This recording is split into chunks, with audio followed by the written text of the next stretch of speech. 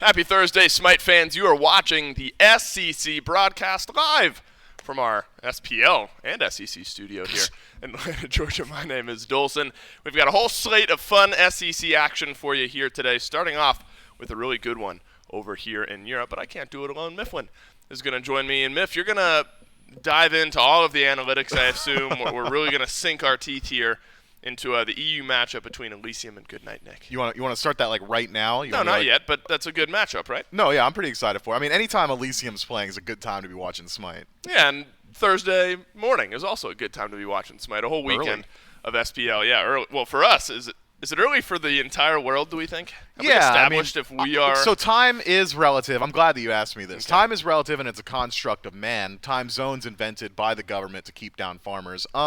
Is that true? That if you have become accustomed to watching the SPL at 1 p.m. Eastern Standard Time, that's about like 8 p.m. for most Western European countries. Okay.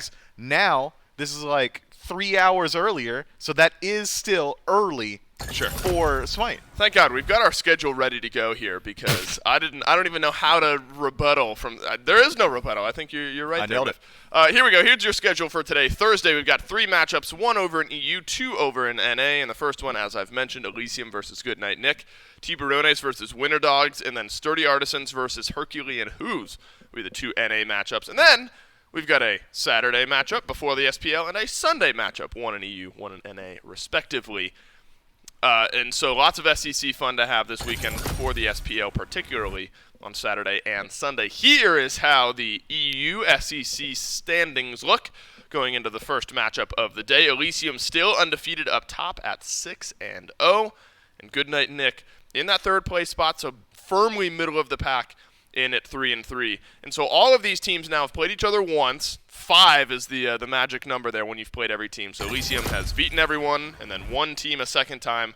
Now they're going to look to beat Goodnight Nick for a second time in a roster with Spudio, Trixtank, Angry, Adapting, and Terrorum has a pretty good shot at doing that. And here's the thing. You don't even need to evaluate the other rosters when Elysium lines up because you can just bet on these guys. That's how strong they are. But we do have to evaluate the other roster. Goodnight Nick, obviously Streak Up, Emilzy, Wolfie, Ice, and Deathwalker, all incredibly strong. Adapting is the root here of this Elysium team, where had a good year in the SPL last year. Adapting has felt maybe at home, the right level of competition for what he's looking to do nowadays. And Miff, he's still got it. This man is tearing up the SEC. It's just consistency from Adapting across the board, but he's got a phenomenal team built around him as well, Dave. It's not just the king out there on the battleground making things happen, although some of the games do kind of pan out that way for Adapting. But you've also got guys like Terrorum out of the Soul Lane who's been very well performing throughout the year. Yep. Angry's been having a great year as well. And I would still argue to this day a pillar of this team, one of the main standouts and one of the main reasons I love watching this squad, Trixtank out of the support role. This guy is always active on the map, and he's always going for like the goofy high-tier plays. Like he's trying to do cool stuff. He's not always trying to win, but he always wins, even though he's just trying to do the cool stuff. I was going to say, doesn't it feel like those high-tier, high-risk plays tend to work out for Trixtank more than they might for other people? A lot of fun to watch, especially as Trixtank and Spudio have grown together as a duo lane, and the chemistry between those two has really taken flight here for this Elysium team. Goodnight Nick, not a roster to scoff at either here, Miff. I mean, some very well-known players who've been on teams with one another in the past. Streak Up, Emilzy, Wolfie, Ice, and Deathwalker. And so, while 3-3 is this Goodnight Nick roster, could make some fireworks here against Elysium. Yeah, if you guys are up to date on your Smite history lessons, you'd probably think that this Goodnight Nick roster is like world champion bound if this were back in like season 4, but here in season 8 they've been struggling a little bit in the European SCC, and that just speaks to the talent of this league as a whole. But that said, 3-3 certainly a pretty decent slash line in the win-loss, and I think it's brought to them thanks to that veteranship that we're just talking about. Wolfie, Ice, Deathwalker, Emilzy all been playing this game for an incredibly long time, as has Streak Up. The one concern I have for this team is in these late game team fights. It sometimes feels like they lose the narrative a little bit. Maybe the communication starts to falter slightly, and they kind of lose their focus. If they can clean that up, I think that this is a squad that can really put Elysium in contention. You mentioned late game. Do you think we go late game in any of these matchups here, Miff? We're in Europe, bud. Yeah. Oh, was that bad of me to ask? No, yeah. Early game is like the first 30 minutes, Right. and they don't want to play it. If a European SCC team had the option, they would load into every single match, 35 minutes in, everybody's level 20, with dead even gold. They don't care about early game leads. Every once in a while, though, a team like Elysium will push down the gas a little bit. We'll see a little something early on. We'll see if picks and pans maybe indicate when all of the fighting here in game number 1 between Goodnight Nick and Elysium will be taking place. So now we've gotten another week of SPL data to kind of look at as far as how the SCC meta might start to reflect that. Soul, pretty interesting here, Miff. Early on in Season 8, Soul was kind of the name of the game, whether it was mid or over an ADC. Felt like Soul was the top tier pick. SPL, still there a little bit, but apparently here in the SCC, at least against Elysium, worthy of a ban. Yeah, in the SPL level, Soul's generally just kind of a comfort pick for a couple of players. You think of maybe Barracuda bringing it out every once in a while. Hurrywind's had some decent success on this pick as well. She's just very strong, has good early game power spikes that help you out with neutral objectives. Her survivability in the lane, absolutely ridiculous. And if you do somehow manage to make it to late game with Soul, well, she's got some of the highest DPS in the game itself. That said, though, talking about mid laners, one of the best ones just get locked in, Tiamat. Yeah, we're leaving Tiamat open. I'm having flashbacks to the Phase 2 playoff finals where we let Paul get Tiamat, what, 3 or 4 games in a row? They won 3 games with Tiamat. I can't remember. I think the loss was also a Tiamat game, and Paul just got to play Tiamat over and over and over again. This god just brings so much to the table, and so Elysium rolling the dice a little bit here, letting that Tiamat through first and foremost. Rom and Ardio, though, Miff. Ardio maybe more so than Rom, has really skyrocketed to the top of the priority charts. Yeah, a lot of SPL players have been calling Ardio the new magical King Arthur. Just has a ton of abilities and a ton of ability to stick around inside of these engagements. So annoying. I mean, heals for herself, heals for her team, cripple field, stuns, slows, just every form of CC that you might want. And she is incredibly hard to put down inside of these team fights. I think it is interesting, though, that they decide, Elysium that is, to go towards this ROM so early on. This is a pick that's really started to peter off towards the end of Season 8. And there's a lot of hunters that are still available and very popular. Chernobog comes to mind, gods along those lines, aggressive picks. But instead, ROM locked in, especially considering with the bow build nerfs as well. I'm curious to see how this one works. Yeah, ROM gets prioritized even over Artemis Myth, and I think that's pretty interesting here as well. Maybe a little more mobility and safety with the ultimate and the role drive some of that decision-making here for Elysium. Raijin also picked in as well. So if you're looking at a tier list of gods right now, you get maybe one of the best in Hunter, you get one of the best over in solo lane, and then Raijin has been the popular answer if Tiamat gets picked first and foremost, and you don't want Morgan Le Fay. Raijin tends to be that next one up. So Elysium have a pretty good draft. But on the back end of a Tiamat pick, Osiris plus Fafnir is also a great start to the front line here for Goodnight Nick. Yeah, Goodnight Nick is playing that SPL meta, and Elysium's playing whatever it is that they decide to play on the week of. Right now, Goodnight Nick, if we're just evaluating rosters, gotta think they're coming out head and shoulders above the competition. Right. But Elysium is undefeated so far here in the EU SCC, so gotta put some respect on what they're locking in. Sylvanas, though, is another pick we don't get to see very often. Has very good wave clear, has good sustain inside of the team fights. Occasionally in the European SCC, we'll see some interesting Sylvanas allocation towards the jungle, so that is still potential here. We haven't seen the jungler locked in by Elysium, assuming that it isn't Sylvanas jungle, and well, Erlang Shen does shine some light on that. It is likely going to be the Sylvanas support, Ardio solo, and then Erlang Shen inside the jungle. Goodnight Nick, though, they've got great late game. Tiamat's going to absolutely run a lobby if she's able to hit the late game. Izanami can be left alone on an island and will generate a ton of pressure. If this is Osiris jungle, you're thinking that you're probably looking for invades early on. Purple and red buff should be exposed easily by Goodnight Nick just thanks to that lane pressure. Elysium's going to have a steep hill to climb to get through the early.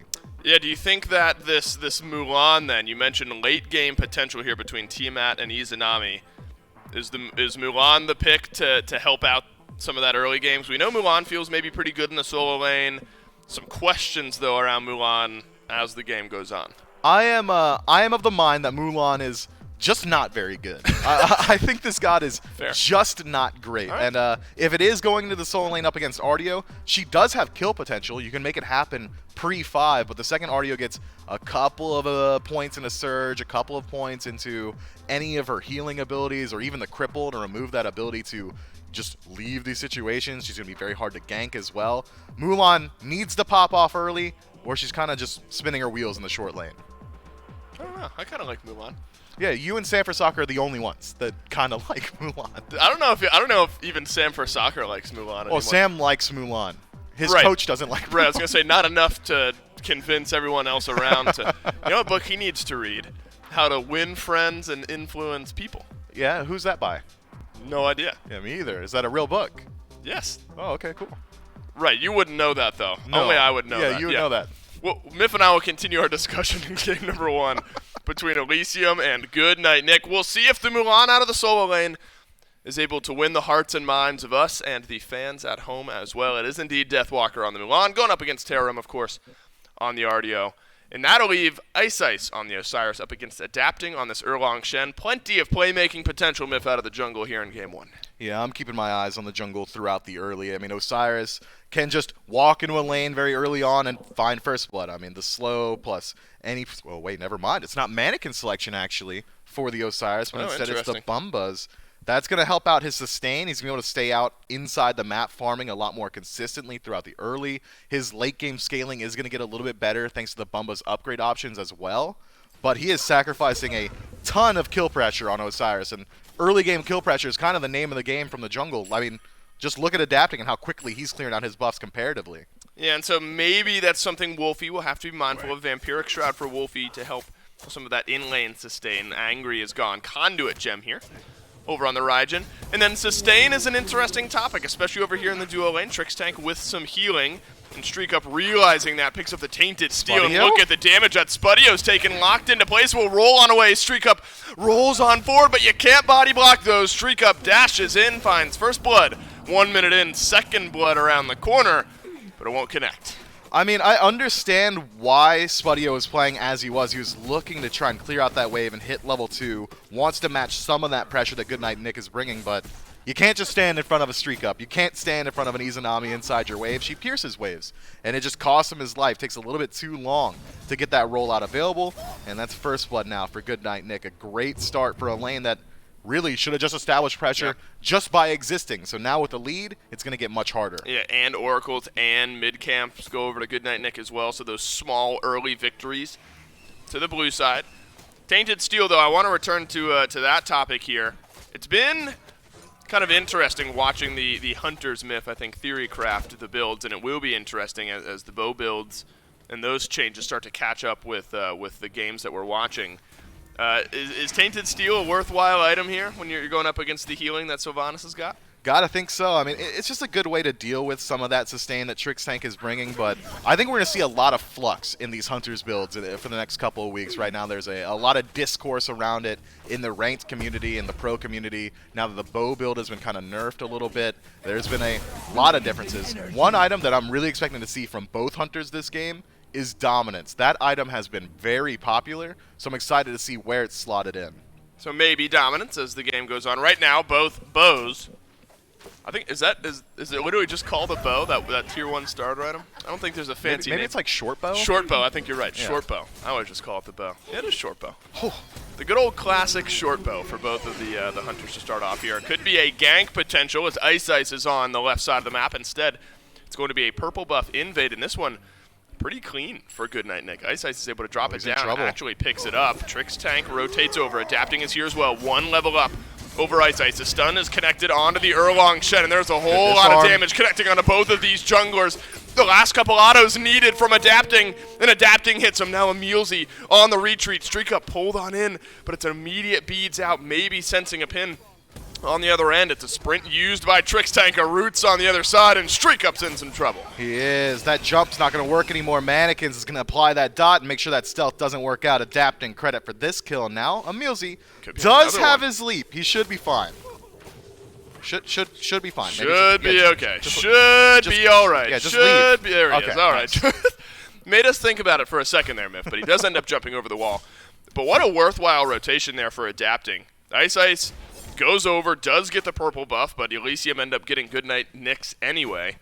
But adapting with a big couple of kills there, and that relieves some pressure here on the duo side. So definitely worthwhile for Elysium on the left. They find themselves a few hundred gold in the lead.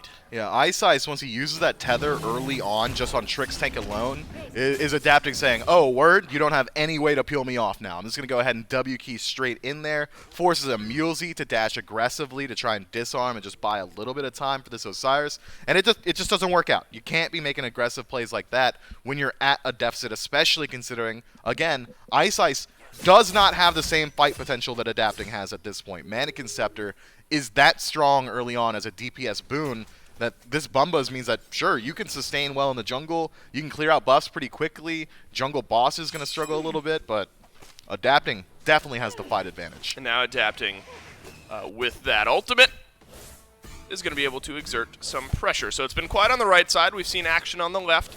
Maybe there's an opportunity, though, Miff. Deathwalker and Terram have both reached that level 6 mark. We figured that was maybe the window where this Mulan would have the highest potential for kill pressure. And so maybe that's gone by the wayside. That's not going to slow down Goodnight Nick on the left, though. It's a purple buff up yet again. Ice is here yet again. Purple buff dropped down. Streak Up will walk on over it. Excuse me, Spudio will walk on over it. Unable to pick it up, though. Streak Up used the ultimate to get that purple buff down, so there is some pressure now on the left side of the map that's missing, unless Streak Up's intending to go back anyway. Yeah, Goodnight Nick is just leveraging their ability to push out those waves in the long lane to look towards these purple buffs and potentially these red buffs if they're able to establish a little bit more pressure. But that early rotation from adapting has alleviated a lot here. And now you get a good look at how the soul lane's going to pan out, Dave. This is going to be the next like 10 or so, maybe 15 minutes for Deathwalker, who just kind of has to watch as Terram plays his own game. Mulan doesn't generate enough threat on her own to really stop Artio from doing anything. I mean, that's just standard for solo lane, though, right? You just get to sit there and vibe. Well, sometimes you get minutes. to fight back in, but like Mulan ain't fighting into Artio, bro. I guess that's true. I just mean in general, I feel like you're just vibing for 10 to 15 minutes. Oh, yeah. Eventually, maybe a fight will happen around Pyro or mid lane that you can rotate into. Deathwalker walks away from the pin here. There was maybe some fighting, but not to happen, as adapting will return on back. They'll grab the Totem of Ku, the biggest swing we'll maybe see in this lane for a little while. And they're staying on both sides of this lane right now. Tyrannical Plate Helm Myth picked up for Terram there. Tends to be a popular star item pick. I think it's FineOK that really loves this item up at the SPL level. But that'll give Terram a little extra credence there in that lane. It's just a ridiculous stat stick as a Mulesy caught out here. Might get pulled in. This should force the ult. He gets immediately silenced, but will ult. Back on the other side, Ice rotates through. It's the sickle onto adapting, and it's a nice double taunt, a perfect engage. And it's the jump away from a Mulesy as well as the shell. Just for some insurance. Ice now rooted in place as well. The pin from adapting won't be there on the other side, but very low here. Underneath the mid lane tier 1 tower are a Mulesy and Ice. Wolfie close enough by, though, to maybe make Elysium think twice about tower diving. Unfortunate CC chain there from Elysium. Adapting uses the turtle form knockup just as Trick's tank uses his own ultimate, which means that only one knockup can be applied at a time. Had they desynced those just a little bit to find 2 knockups back-to-back, undrable CC, by the way, they likely would have found that kill pretty easily. Instead, though, forcing them back to base, a Mulesy forced to return, means that you've effectively kind of removed some from the map anyway, which opens up the door for the Scorpion. Elysium keeping some pressure up. But as of the last 7 minutes, Goodnight Nick has been getting the better end of this long lane, has been having the majority of the pressure as well. Yep. Means that maybe just clearing out that Scorpion opens up the door for Goodnight Nick to look towards his Gold Fury. Yeah, after that big swing from Elysium, things have not gotten better or worse, really, for either team. As the gold graph a moment ago showed, we stabilized right around 300 gold in the lead for Elysium. A small convergence here by the mid lane. The numbers for Goodnight Nick stronger here, and so Trick's tank's got to be worried. Unlucky, it's just not that mobile. And Trick's tank locked into place, and Goodnight Nick up a return kill. Yeah, Trick's playing like he was a different god there. Maybe someone that has a leap, or maybe as if he had his ultimate up and available to him, but did not have either. Walks into 3 members and just loses his life as Spudio kind of just playing between the towers right now wherever he wants. No concerns that the enemy jungler is anywhere in range, and that is a very brave play considering the vision that they have on this left-hand side. No wards really for Elysium. Spudio, though, undeterred, able to clear out the wave and head back to base. That's going to deny Streak Up maybe 2 or 3 minions of farm. Yep. Both hunters, eye for an eye on their build. Icavale into Charged Bow, which will turn into Odysseus's bow.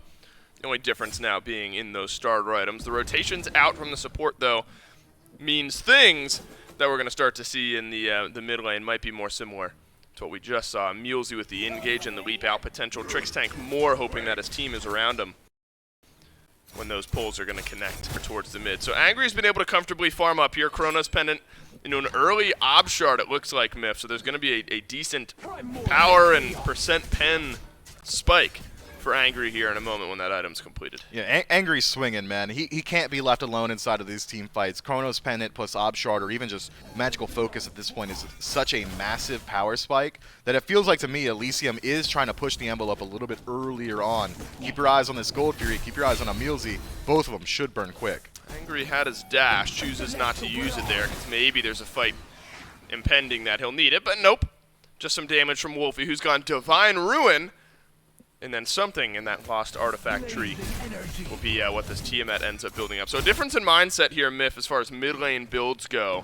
Anti-heal, the name of the game maybe for this Goodnight Nick team. You've got the Tainted Steel, and then Divine Ruin first for Wolfie. Let's get some of that flat pen and anti-heal online early. Yeah, it makes sense to me. You want to deal with Sylvanas Sustain, the 9 turns Blessing from Erlang Shen, even Ardio's heal is pretty impactful inside of these team fights. And again, take another peek at this Soul Lane.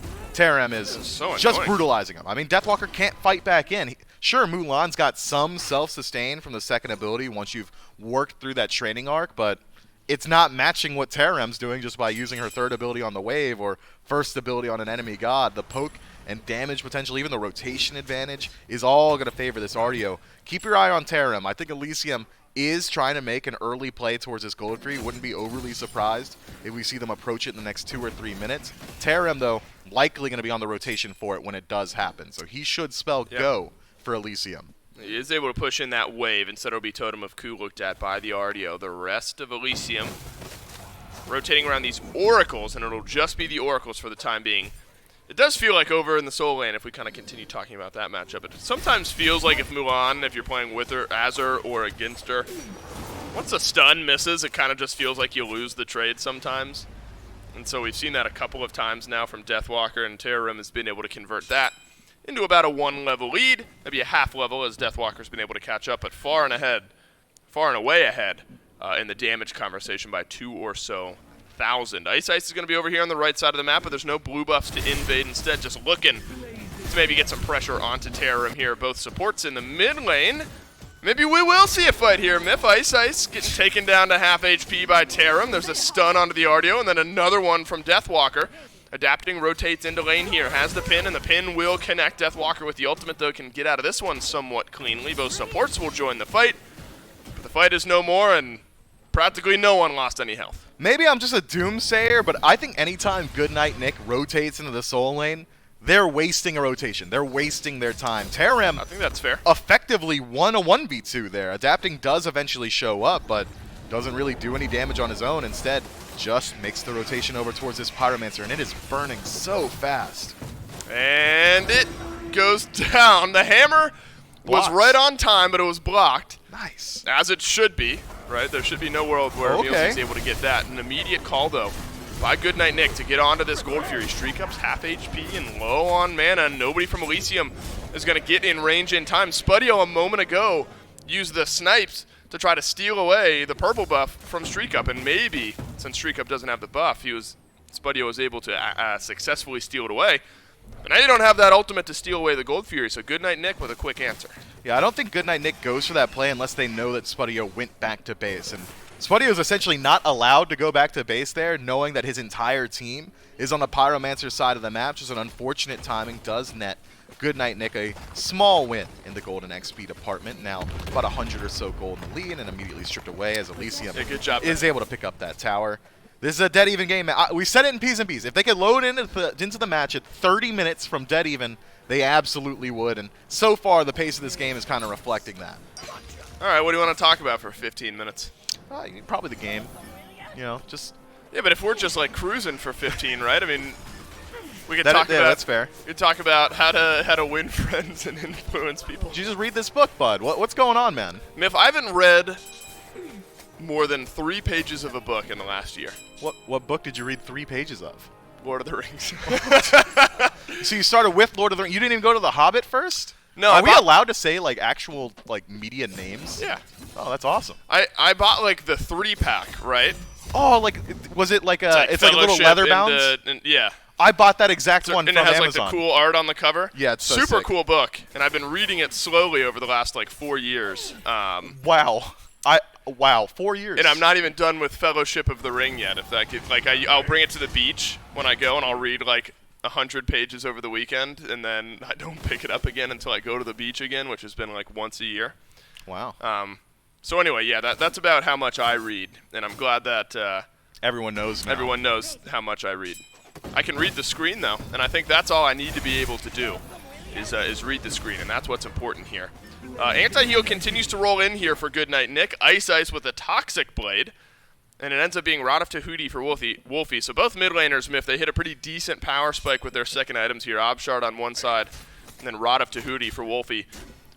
We haven't really seen the power of Wolfie yet. We saw that one Tycho drums from Angry in the mid lane that did some good damage, but Elysium's got to be careful here. The damage of this Tiamat could sneak up on you because Wolfie hasn't really had the opportunity to show it yet. Yeah, Wolfie's been allowed to do just about anything that he wants on the map, been free farming this entire time as Ice rotates over to the solo lane again, and you can see that the mentality has shifted. He did not approach Terrarem even a little bit. He cleared the wave, and then he left, and that's generally all you can do. Mealsy just used his jump out, but still has the transformation. And that'll be the second get out of jail free card. And then I think maybe that's smart, Miff, if you're kind of min-maxing the moment there. I have no further use for this ultimate. Let's de-transform and get it back on cooldown. Yep, Emilzy just using it as an Aegis for himself there, but does lose out on a fair bit of team fight potential, but with both Pyromancer and Gold Fury dead, there's really not much to fight over at this point of the game. Goodnight Nick, very happy with the pace so far, as we've been talking about. Yes, this TMI I could have read a whole page of a book by now. Only worth 16, only one page. That's what I'm saying. That's why. That's what I'm saying. Yeah, I read every night, and I've read 3 pages in the last month. That's about my pacing. No, I could I probably read you the first 5 pages of Lord of the Rings from memory. You probably could. I'm the type though that'll read the same sentence like 6 times in a row. Like if like my mind wanders, I'll go back and read the same thing a few times. I don't know. I'm imagining you like you're tracing the page with your finger, and then you think about dinner, and then you like trace back. Right, and I trace back. Right, I have a monocle, and I you have a monocle. Right. That's awesome. That's how I read. I have one of those things where you trace the words as you're reading them. Yeah, I'm an old man when it comes to reading. No, I'm completely kidding about all of that. A moment ago, a tower went down over there in the long lane. Well, that not necessarily a moment ago, but that's what provided a slight gold spike over to Elysium. Pyromancer's coming back up as well as the Fury, and that might be the next moment of action that we see here in this game. Last time, Elysium happy to take the Pyromancer, while Goodnight Nick were quick to go over to that Gold Fury to kind of stabilize things there. Adapting is hanging out on the left, so that's something Streak Up's got to be wary about. But looks like this time Elysium are going to hover right around this Fury, not going to let it get taken down quickly, at least right off spawn. Yeah, Elysium in the past has kind of around that 18-minute mark really started to force their advantage. 4 men grouping on the left-hand side. Pull no good from Trickstank this time around, so Wolfie just going to put some damage into the back line of Elysium. Yeah, this looks like it is going to be one of the first team fights of this match so far. Solo laners rotating out. Generally does spell that first engagement, and Emilzy, aggressive jump. Adapting avoids the initial engage, but takes the hammer on the backside. Deathwalker's rotated in, taunt in onto Ice, and then a nice knock-up from Adapting. But he's out of the fight. Can the Tycho drums from Angry find the last bit of damage onto Ice? The answer is no. Spudio, though, being sat on by Deathwalker up to the sky. Goes the Rom, and the pin into the snipes is good. Elysium has found the first kill in this fight. Deathwalker has found the second. The re-engage, though, could be strong here from Goodnight Nick, but you're going to have to do it without Deathwalker. Deathwalker on his walk out now. Terrarem trying to do the exact same thing. It's adapting on the chase, and Trix and Angry just making a little bit of space here for their team. Emilzy, Wolfie, and Ice, the sole remaining members of Goodnight Nick, and not very healthy are Ice and Emilzy, so you got to think this fight hitters out towards the tail end. Elysium, though, with all the sustain inside of their draft, could start to look towards one of these neutral objectives. Pyromancer a little bit easier to clear at this point, but instead it is a hard reset. Terram back to base, adapting, back in the jungle, Tricks going back as well. That was a small skirmish that Elysium comes out ahead on, thankfully, or thankful for Terram's rotation. But at the end of the day, I don't think either team loses out on too much. Gold still exactly the same, maybe about 300 separating these squads. Goodnight Nick in the same XP range as well. No concerns for either team. How about this from Terram? If all of the chest items, it looks like. I've always wondered this. Like how, you know, there's something funny I think about just buying all of like the shoulder pad items. I'm wondering, you know, you stack them on top of one another is probably physically how that would work out for Terram. But Spectral Armor on the end there, just one crit item picked up, Primal Fury taken by Elysium in the meantime. But Spectral Armor, we sometimes see this little dance where Rage gets picked up, and then Terram now answers with a Spectral, but then Streak Up might not go any more crit later on. It's kind of fun to watch, but Terram hedging the bets, I think, on the crit conversation here. One stack on the Rage is enough to warrant that item. And Spectral, in of itself, is a pretty decent stat stick. You're not feeling so bad when you buy this item and crit. Doesn't end up eventually getting picked up by the opposite side, but as you said, Rage getting picked up on its own, probably enough to force out that passive on the Spectral Armor. Terram, sole job inside of these team fights from now on is to stand in front of Streak Up and say, all right, you can play the game, but you're not going to deal very much damage to me, and probably don't even win the 1v1 against Ardio at this point. I like it. I think it's just a great item selection here. Great stun from Deathwalker. Force Angry to Thunder Crash away and gets the Taiko drums. It's an immediate transform from Emilzy, but look at the CC that's connected. Emilzy has not been able to play, will survive the initial onslaught from Elysium, and now a lot of abilities down. Up to the sky goes Spudio.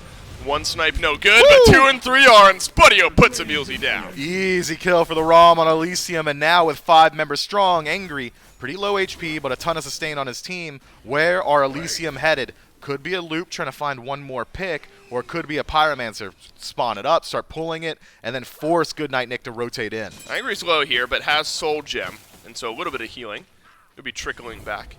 And you've got Tricks Tank for that as well. Pyromancer taken down low, Deathwalker close by, Streak Up attempting the steal, but it won't be there, and Elysium now with a big swing here in this game. And this just feels like how Elysium operates, doesn't it? Where, you know, you think you're hanging around with this team, Goodnight Nick effectively dead even for 20 minutes, and then there's just the one team fight where you get the one person advantage, you get the Gold Fury, now you get the Pyromancer, and Elysium as ahead as any team has been so far this game at 2K.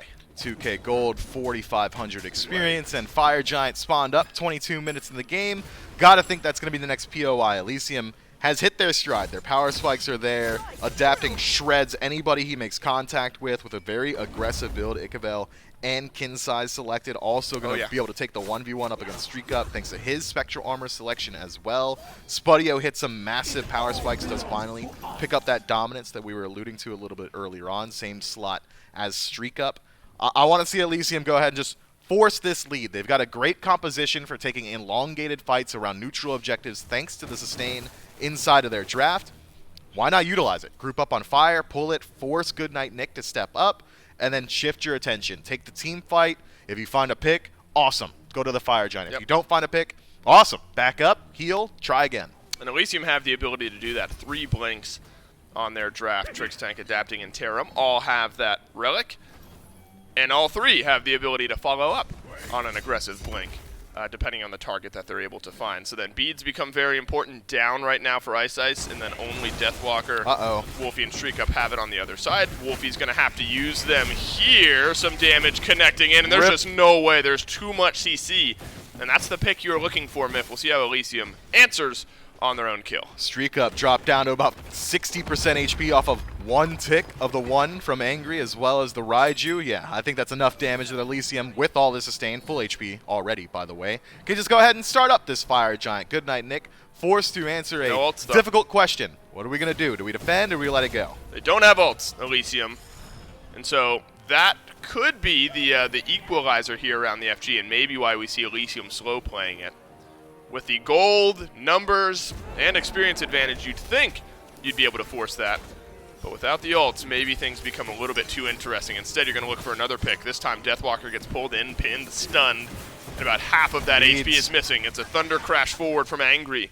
Angry will be the first to get his ultimate back up, the Tycho drums, but Elysium's slow playing this a little bit longer. Good night, Nick. Wolfie has just respawned, so he's going to be able to rejoin his team inside the jungle. Elysium are slow playing it, but again, all full mana, all nearly topped off in HP, plenty of sustain to play with as well. They can keep up this dance nearly indefinitely until Goodnight Nick is able to actually find some damage output. Now that Wolfie has respawned, maybe that's exactly what they were looking for.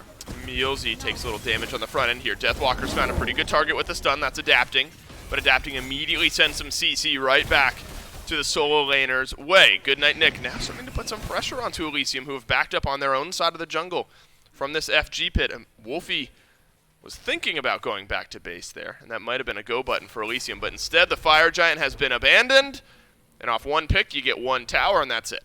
Adapting is slowly sustaining back up, though, is getting healed up by Trix Tank, and you know what? If you couldn't do Fire Giant, maybe you can do the Gold Fury. Adapting has a ton of DPS inside of the build, is starting to make the rotation with Spudio, so given just a moment's opportunity, could remove this easier of the two neutral objectives from the map, and that seems to be the call here. Spudio pulls it out, but Goodnight Nick is in range to defend. Half HP on the objective. You gotta block the hammer, and nice. Adapting does it.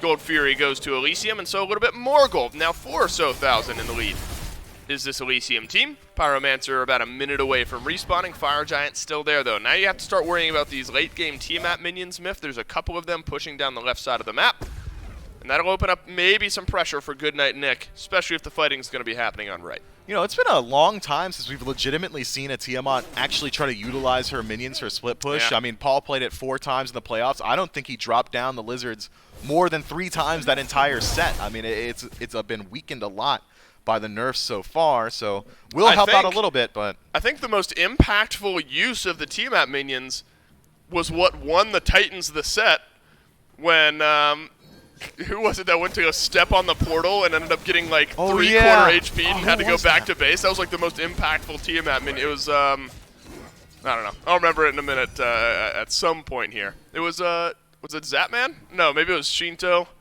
somebody who shouldn't have. That's for sure. Somebody who shouldn't have. Right. The most impactful Tiamat minions we saw were the portal getting destroyed and then the set basically ending from that point on. Fire Giant's been reset here, though. Trix Tank, the lowest person on the map, but Deathwalker takes some damage in return. Streak Up drops the ultimate down, but doesn't really find much. Frenzy is also timed out here. Mealsy still has the transformation and the group coerce, but usually you like to use those two in conjunction. Goodnight Nick won't be able to do so, and they're the first team to use some ultimates here, whereas Elysium have all 5. Pyromancer dropped low, but immediately reset. Now back up to about 50% HP. Elysium utilizing that sustain to stick around inside of this engagement. All of them nearly topped up in the HP, and as you highlighted, Goodnight Nick, it has not been a cheap engagement for them. Ultimate from Deathwalker and Streak Up already expended. Elysium now have a significant advantage if they're able to close gap. Stun onto Deathwalker, and then the knock-up on the back end from Elysium. It's a good engage in the back, though. Look at Ice Ice. He's found all of the carries, and the carries are able to turn around the damage. Angry finds the first up to the skies. 1. Goes Spudio. Streak Up is answered with a 2. big kill here. Wolfie starting to run away with the fight, and Goodnight Nick, they'll find at least 2 kills. Adapting and be forced to retreat here, and all that sustain that you had from the Sylvanas, yeah, well, he's dead for 40 seconds, so Elysium, if they do want to heal, are going to have to head all the way back to base the old-fashioned way. Adapting and Angry, going to try their best to stop this fire. Angry may be healthy enough. Deathwalker does not hit the stun. This is going to be risky. There's not a great avenue to get in here. And Elysium will agree, and it's Fire Giant secured on 4 members of Goodnight Nick. Still down in gold. And Goodnight Nick were down in gold by like 5,000 going into that fight. Now right back to even with FG, and the gold can spool in their direction. All 6 towers still up on the Elysium side of the map. I think this is a good opportunity to evaluate the differences between North American and European mentalities around how Smite should be played. Generally in North America, and this is a historic difference throughout the entirety of the years, has been more aggressive throughout the early game, and I think this is a great example of why. Elysium do have about a 5,000 gold lead going into that engagement, but they waited 26 minutes to accrue that gold lead. And, well, at the 26-minute mark, that gold advantage doesn't mean nearly as much. Goodnight Nick from behind, only about 2, nearly 3,000 now. Still have very similar builds. They're all approaching that 6-item slot. That gold means very little at this point. So despite having that advantage, Goodnight Nick take the team fight and the Fire Giant afterward. Whereas North America, they established their gold leads a little bit earlier on, where it matters a little bit more. If you have a 2,000 gold lead at the 5-minute mark, that's crippling. Yep. Doesn't mean nearly as much at this point. Now, Elysium, remember, they didn't have their ultimates. They got that pick the tower, and then what, like 20 or 30 seconds in a 5v4. But without their ultimates, do you think there was a world where Elysium could have done more, like just throw caution to the wind, do the FG, or, to your point, were Goodnight Nick not far enough behind, plus ultimate advantage to feel comfortable around that FG pull? I think Elysium could have performed a little bit better. I felt like they were giving up a lot of space around the Fire Giant itself. The Pyromancer really was where they dug in their heels, and even then, they stayed on their side of the jungle. They allowed Goodnight Nick to be the aggressors, to choose the engagement, and to go in themselves, despite being at that 5,000 gold disparity. I feel like had Elysium played with a little bit more confidence there, had they gone for the kills a little bit more aggressively, it kind of looked like it could have been a little bit better for them, but this time around, Goodnight Nick comes out ahead and has stripped away a Tier 1 mid-tower, a Tier 2 mid-tower, and there's still 4 actual towers standing before they can step up to these Phoenixes. Now it's time for Goodnight Nick to play with a little bit of confidence, which they do, around the Tier 1 and 2 in mid, as Myth has mentioned there. Not going to be much of a defense here from Elysium. You have to imagine, you're 29 minutes into the game, you're just now losing these towers. If anything, it's going to bring the gold back to equal. Maybe it's all eyes on Phoenix defense here from Elysium. Keep your eyes on Adapting on the opposite side of the map. He's going to try and match a little bit of that pressure and open up one Phoenix for his own team. Seems to be the call, but does not like how long it was taking. Starts channeling the back, baits me, baits the enemy team, sticks around actually, and should be able to strip away this Tier 2 tower. Every single member of Goodnight Nick has headed back to base, but I don't think they get there in time to stop this. It's going to be quick. The base race, okay, they do. Dialed down to 10%. Adapting, get a little bit of that tower down, and we'll end up scurrying on away. Adapting has had a great start to this game, 4-0-3, start to this set, really. Mannequin's Hidden Blade now picked up, and so you're going to see some big bursts of damage from this Erlang Shen. But as we so often see, Myth, now it's kind of that awkward territory for Adapting, where the enemy team has gotten so strong. You got to pick and choose those engagements. You got to find your target, and you got to do it in a clean way. Yeah, Adapting's engage is pretty one note now that he's got this Hidden Blade pickup. It's going to be hang around the edge of these team fights, wait 5 seconds so that you can get the passive from that ability, and then blink forward, turtle form, try and blow somebody up, and hopefully find a priority target, and then he's happy to die out afterward. Whereas Ice Eyes on the other side with that Bumba selection only finds value if he's in these fights for an incredibly long time. This yellow damage build, thanks to the Bumba's Hammer, is going to help him out a lot if he's able to auto-attack consistently, but that's very difficult to do. Ice Ice is not necessarily all that tanky. I mean, it's a little bit of defense from Witchblade, a little bit from Winged Blade. Berserker Shield affords you a tiny bit as well, but if he makes contact with, like, Angry, I don't think he sticks around too much longer after that. Are we calling that yellow damage? I mean, Bumba's, right? Explain. Well, it applies yellow damage to, like, because when you hit people with it, the number that pops up is yellow. Oh. Yeah, see, I come from, like, a Paladin's background, and so when we talk about, like, item builds and stuff, it's purely the color of the items that you pick up. Ah. And so I'm looking at that build, I'm like, yeah, I guess it's, like, yellowish. Like, most of them are, like, orange. So, and then Bumba's specifically is very green. No, okay, so like in Smite, yellow damage is like Mystical Mail, right. Kinsize, right. Odibo, Bumbas. Right. I knew the colors changed on the damage, but I thought it was literally like it was a damage build, and the color of the items was also yellow. Got it. So I'm just wrong here, and that's okay. Look, you learn something new every day, Myth, and when you're my teacher, every day is a gift. So thank you for that. And we're gonna have to see if Elysium will return their present, or I don't know. I was going somewhere with that, but it didn't end up tracking. Elysium will have a chance around this next FG to maybe make some waves. Gold is largely equalized. If anything, Goodnight Nick are now way back in the lead. All of the towers on the map are gone for Elysium. And so there was a big advantage around that last FG fight, and Now it's the complete opposite. Goodnight Nick have got to be feeling good about their chances. Here's the thing about 4,000 gold 32 minutes into a game, Dave. Doesn't matter. It's not an advantage. I mean, maybe it's a confidence advantage. Smite is a momentum-based game, and Goodnight Nick is playing with a lot of that right now. But I think Elysium are in a similar position as they were in this last Fire Giant fight. They've got a good, aggressive composition that has a lot of tools that they can engage with. They've got decent sustain if the fight goes long. It's just about execution on field right now, and Goodnight Nick is playing more confidently. Pyromancer dropped down very fast. And is dropped quickly, and this is an enhanced Fire Giant myth, so this one could end the game if either of these teams is able to pick it up cleanly. Goodnight Nick have a bit of a faster avenue into the Elysium base. All three Phoenixes are exposed, so that's something Elysium have to be thinking about here as well. A nice hammer from Emils. He's found Trix Tank. Then there's also damage on the end of it. Trix Tank is piled on, and Deathwalker deals the final blow. Emils will transform here, but Elysium want nothing to do with this fight. Spudio has his ultimate. If he goes up to the sky, he'll buy himself some time, uses the Aegis instead, and Goodnight Nick have found a pick. Beads and Aegis expended by the ROM. Good damage out into Streak Up. Could slow down the push here. Had Goodnight Nick not taken so much damage on the retreat, they could have likely looked towards this Phoenix. Instead, it is going to be a fallback towards the enhanced Fire Giant. Angry, still very healthy, adapting, rotating around the side, still has that hidden dagger proc available to him, so could blow anyone up at a moment's notice. What is shown on the map, and that stops his ability to push in. Emils going to act as the sole agent to stop him. It's a 4v5 for Goodnight Nick, and that has not boded well for the one team that's had a 4v5 advantage so far in this game. And Goodnight Nick are going to push that advantage, though, starting up the FG once again, but it's immediately dropped as Tarim has walked by the FG pit. It's a lot of damage onto Ardio. Spudio will roll on away, adapting still on left. There's a bit of a split here. Elysium will get their respawn, and it's Trix Tank back in the fight. And Goodnight Nick will not push the 4v5. They'll go back to base and spend some gold. Yeah, both teams playing very trepidatiously here. Elysium, though, spots out that massive back from Goodnight Nick and Exodus from the Fire Giant pit and start the Fire Giant itself. Right, you can get the FG, or you can get a great fight here. Ice, the lone member to jump on in, and now it's Deathwalker left alone. But look, the FG hasn't even fully reset. It's half HP on the Fire Giant. It's a 5v4. And that likely means Elysium will slow play this one, but now it's Goodnight Nick that have picked the FG right back up, back to base. Wint Spudio here, who's now waddling back into the fight with snipes available, so if you need some damage, you can deal it quickly here if you're Spudio. But look at the Raiju proc there from Angry. Deal some good split damage.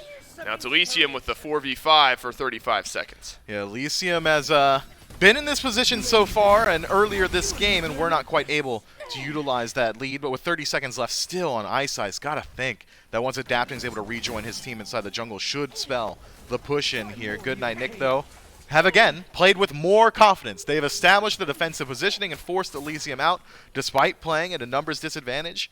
And, well, Ice is back now, about 8 seconds, so that does spell another neutral engagement on the Fire Giant. Neither team with a massive advantage here.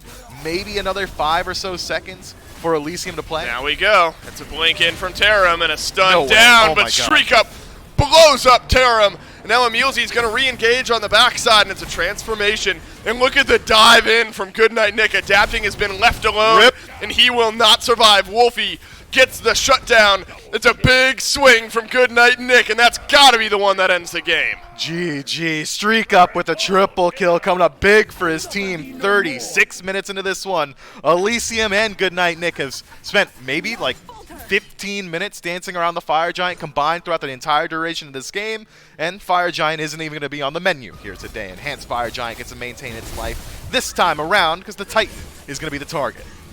Man, it's neither team that has the one player advantage around the Fire Giant that ends up winning those Fire Giant dances. Goodnight Nick got a pick, and then they backed off. Elysium got a pick, and then they backed off. Goodnight Nick kind of win that one in a weird 4v5. This is a back-and-forth game. But it ends up being Goodnight Nick that take game number one, and that's big. You know, we've seen Elysium, though. Part of me is not worried about Elysium because these are, I feel like they always go down in game one and then kind of just sweep things in game 2 and 3. I'll give all due credit to Goodnight Nick. A very good team with a chance to close it out in game 2. Yeah, for those of you who are just joining the stream, Goodnight Nick is a 3-3 team coming up against the undefeated, as of right now, Elysium at 6-0 with a 1-game advantage, and at game point, this is a good look for them, Dave. I'm pretty excited to see how this one pans out, but I share your same hesitation. Elysium has fallen in Game 1 situations often, and they do not fall in sets often at all. Yep, and it's almost like they just like games. They need a little pressure to really turn 3. things up. Good Night Nick, though, on the verge of dealing Elysium their first loss of the phase. Can they do it? Find out in Game 2 right after this.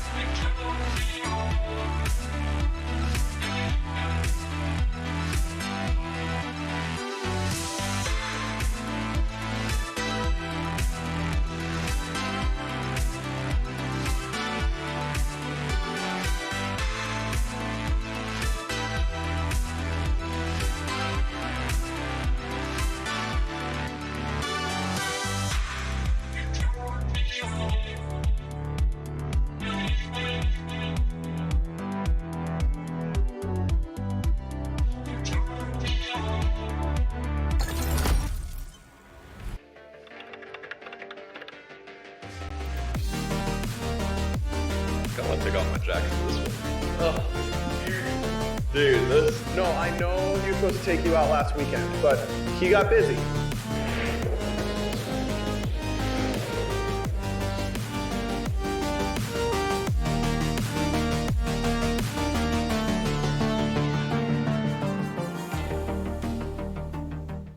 Welcome back to the EU SCC on the back end of a big win for Good Night Nick, putting Elysium down 0-1 here in a set, trying to maintain their undefeated streak. But before I go on any longer, Mifflin has got a fun thing to tell us about.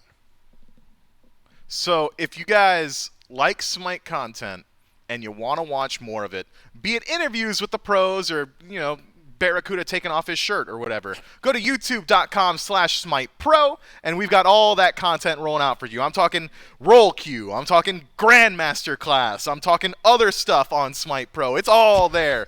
But if you want to watch like Smite Pro games, you got to watch that on Smite VOD. That's a different thing. And was I supposed to plug that one too, or is that cool? Miffs Whiffs? Oh, or Smite VOD? Smite VOD. No Smite one said VOD's Miffs fine. Whiffs. No, Tyler said Miffs Whiffs. Who's that? What are you talking? What? Is that your imaginary friends? Yeah. Oh, okay. I mean, at this point, they basically are. They're just in our ears all day. We aren't able to see them. Who- Thank you, what is Miff, this for reminding they? us about Smite Pro. Yeah, if you want Miffs Whiffs and more What? Mifflin content specifically, you can go there. Actually, this month in Smite just came out on Smite Game. I don't know. We've got a whole bunch of YouTube content out there. Go check it out, Miff. Great job on the ad read. Let's I'm talk nuts. about game number 1, though. Good night, Nick. They buy their time, it feels like, in this one. Where Elysium, they get that good engage on the left side of the map, and it feels like that's maybe a moment where things are going to start to roll in their favor. Yeah, we can't forget first blood here for Streak Up. I did.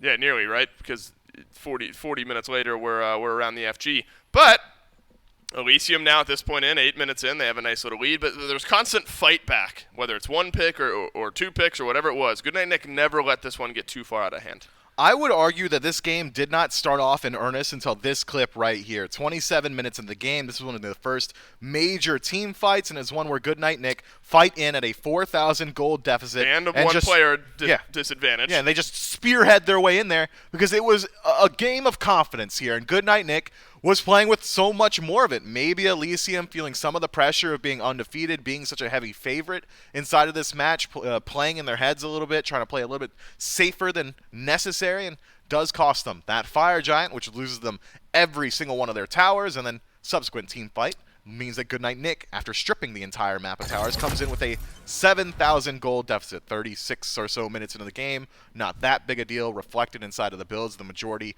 of everyone inside of this lobby approaching that 6-item slot, the majority of them also upgrading their relics as well. But at the end of the day, Goodnight Nick, in late game team fight situations, and go all the way back to P's and B's earlier on, that's what we were concerned about with Goodnight Nick, was their ability to maintain focus in these late game team fights. I think they proved that they're capable of doing so against the best in the league right now. Elysium undefeated, but now down 0-1 in the set. Man, Elysium did, like 13,000 healing or something like that across the board here in this game. It's a decent number. The big damage number for Angry as well. I think Deathwalker, kind of an unsung hero for this Goodnight Nick team, where later on in the game, Mulan definitely has her woes. Felt like the stuns were connecting onto the right target, and then the rest of the team really was like good spear stun, or I guess arrow stun from this Mulan, and then the rest of Goodnight Nick able to pile on that CC. It was really Trix Tank that caught a bunch of those on this immobile Sylvanas. Goodnight Nick now 1 game away from handing Elysium their first set loss here in this phase of the SCC. Picks and bans for game number 2 about to kick off. It should be some fun here between Elysium and Goodnight Nick.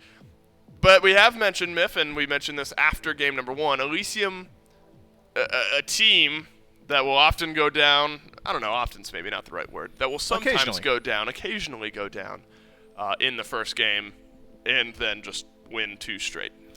That seems to be a general theme for this team. Maybe they're just like adrenaline junkies. They need to go to that game 3 situation. They need to feel something in their day-to-days. That's like Neilma, right? Is that Neilma's shtick? Is he an adrenaline junkie? Or maybe it's is it the Zapman passive that we were talking about, where like you have to go down in a set?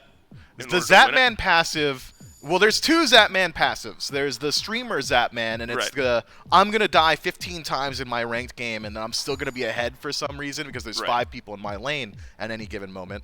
Or there's competitive Zapman passive, which is every game you play against him is going to be hard. I don't care if you're sieging a Phoenix against him and you're 20,000 gold up 20 minutes into the game. You're probably not going to get that Phoenix siege to work because Zapman is going to force you to go to like a 45-minute game. Why am I talking about this? No, because we were talking about how like Elysium have the desire to like play from behind almost. Right. And so then I was like, well, is that the Neilma passive? Is that the Zapman passive? Maybe that's the Neilma passive. Neil, I think his passive is just unflappable mental. Like it's not necessarily, maybe that is going down in a set. To have a mental to be flapped, you have to be down in a set. So to be unflapped, you have to be down in a set. It's good to be back here, man. If you see what a 1-week break does to us, this is wild. It's good to be flapped, man. I'm broken. You've officially broken me. Elysium and Goodnight Nick, well underway here in picks and bans for Game 2 that we've definitely talked about. Soul, Hell, and Tiamat all taken away, so a lot of damage plus healing is what Goodnight Nick don't want to have to deal with. Though Ardio, Terra, and Raijin still damage and still healing for Elysium here in Game 2. Doesn't it feel like Elysium just kind of got serious? Isn't this just a much better draft this time around? Ardio has been dominant out of the Soul lane. Raijin has been one of the most... last game? Look, man, just give me a second, bro, because I'm working my way Go to the Terra, okay? That's where I was going. Terra is incredibly strong. Earthen Fury is your late-game win condition in that you press 4, be it on enemies or allies. You're probably going to win the team fight afterward. Her early-game aggression is incredibly strong, and let's not forget her ability to just single-handedly steal buffs. If you use that dash through the second ability, I mean, you one-shot purples, reds. It's nearly impossible to out-confirm a Terra for, like, the first 5 to 10 levels inside of a match. I'm excited to see how this one pans out. Already, it feels like Elysium is getting a little bit more aggressive in the draft. And Goodnight Nick are able to get a high-priority hunter on their side. So where you get all of this engage, this front line, then you get a great mid laner for Angry.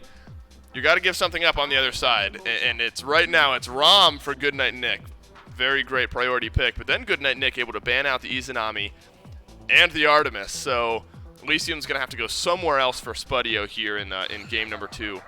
Yamoja, though, for Goodnight Nick as well here, Myth. I mean, Morgan Le Fay, Osiris, Rom, Yamoja, as much praise as we've heaped on Elysium here, it's not like Goodnight Nick have a bad draft by any means. No, both teams come away with incredibly strong compositions as of right now. I like this Camazotz matchup into the Morgan Le Fay.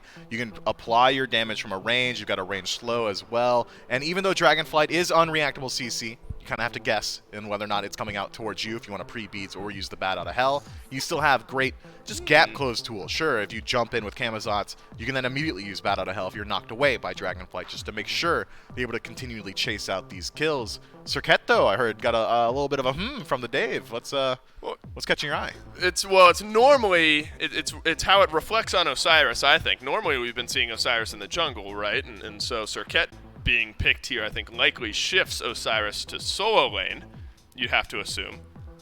Are you raising your eyebrows because you disagree or you want to hear more? I think that we could, yeah, I think you're right. I think so, but it's EU SCC. It's so hard to say. Yeah, if we're evaluating what should happen, I think you're right. Fantastic, and that's all I needed for my own unflappable mental. Let's jump down into game number 2 here. Let's see if Goodnight Nick can put Elysium to bed and hand them their first loss this phase in the SCC. It is Deathwalker on Osiris in the Soul Lane. Ice will be playing Circuit out of the jungle. And so a different look, Myth, here in game 2 as far as jungle goes. Camazotz versus Circuit. Yeah, this time around it should be Circuit outpacing Jungle Clear. Her clear is so strong. She should be able to just maneuver the map and make sure she's farming a little bit more efficiently than adapting. But pre-5, Camazotz has a significant advantage insofar as kill potential. Take a peek at the builds. It's reflected there as well. Adapting, going for the mannequins very early on, has a clear strategy on how he wants to approach these lanes. It's going to be apply Vampiric Bats, and then left click. We're looking for auto attacks afterward, whereas Ice going for this Eye of the Jungle build is going to have a little bit less damage output, going to have a little bit of a slower start to this game. Instead, going to be utilizing his abilities to just outpace adapting. Yeah, adapting played well on that Erlong Shen, but by the time the late game rolled around, it was difficult for adapting to find the engage that felt right, and the rest of Elysium felt pretty far behind here. Over on the duo side of the map, it is Heimdall that Spudio ends up getting, so not a bad pick by any means. It's not Izanami, it's not Artemis, and it's not Braum, but Heimdall is a favorite of a lot of the Hunter players here in the SCC and the SPL as well. Still a Tainted Steel, though, for Streak Up, and so that'll mitigate some of the healing that Trix Tank is able to do in this lane, but that's not the only healing in this lane, Myth. We've got a Yamoja, so extra sustain this time around for Goodnight Nick. Yeah, I think Goodnight Nick should have a pretty decent advantage inside of the early game of this one. I mean, Poke is really going to favor them because the healing from Yamoja just outclasses what Trix Tank is bringing on the Terra throughout the early game. Streak Up, once he does tick over to level 2, can start to play with a little bit more confidence in the lane, should have clear advantage as well. It's adapting, moving and aggressive here, gets taunted back, should spell the end of that fight. And now both teams going to go ahead and reset themselves back to neutral. Keep your eyes on this duo lane, though. One misstep for either team could cost someone their lives. Yeah, plenty of CC, plenty of setup for both of these teams. It's Streak Up who takes most of the damage this time, and Spudio's just going to back up, fight in the sustain that Trix tank is going to provide. So anti-heal was an interesting topic of conversation. You've still got the Terra. This time, though, a little bit more automatic, maybe, in some of the some of the healing that we see for Elysium. Terra, as mentioned, but now you've got Camazotz. You've got a Terra as well. Did I say Terra or Ardio a second ago?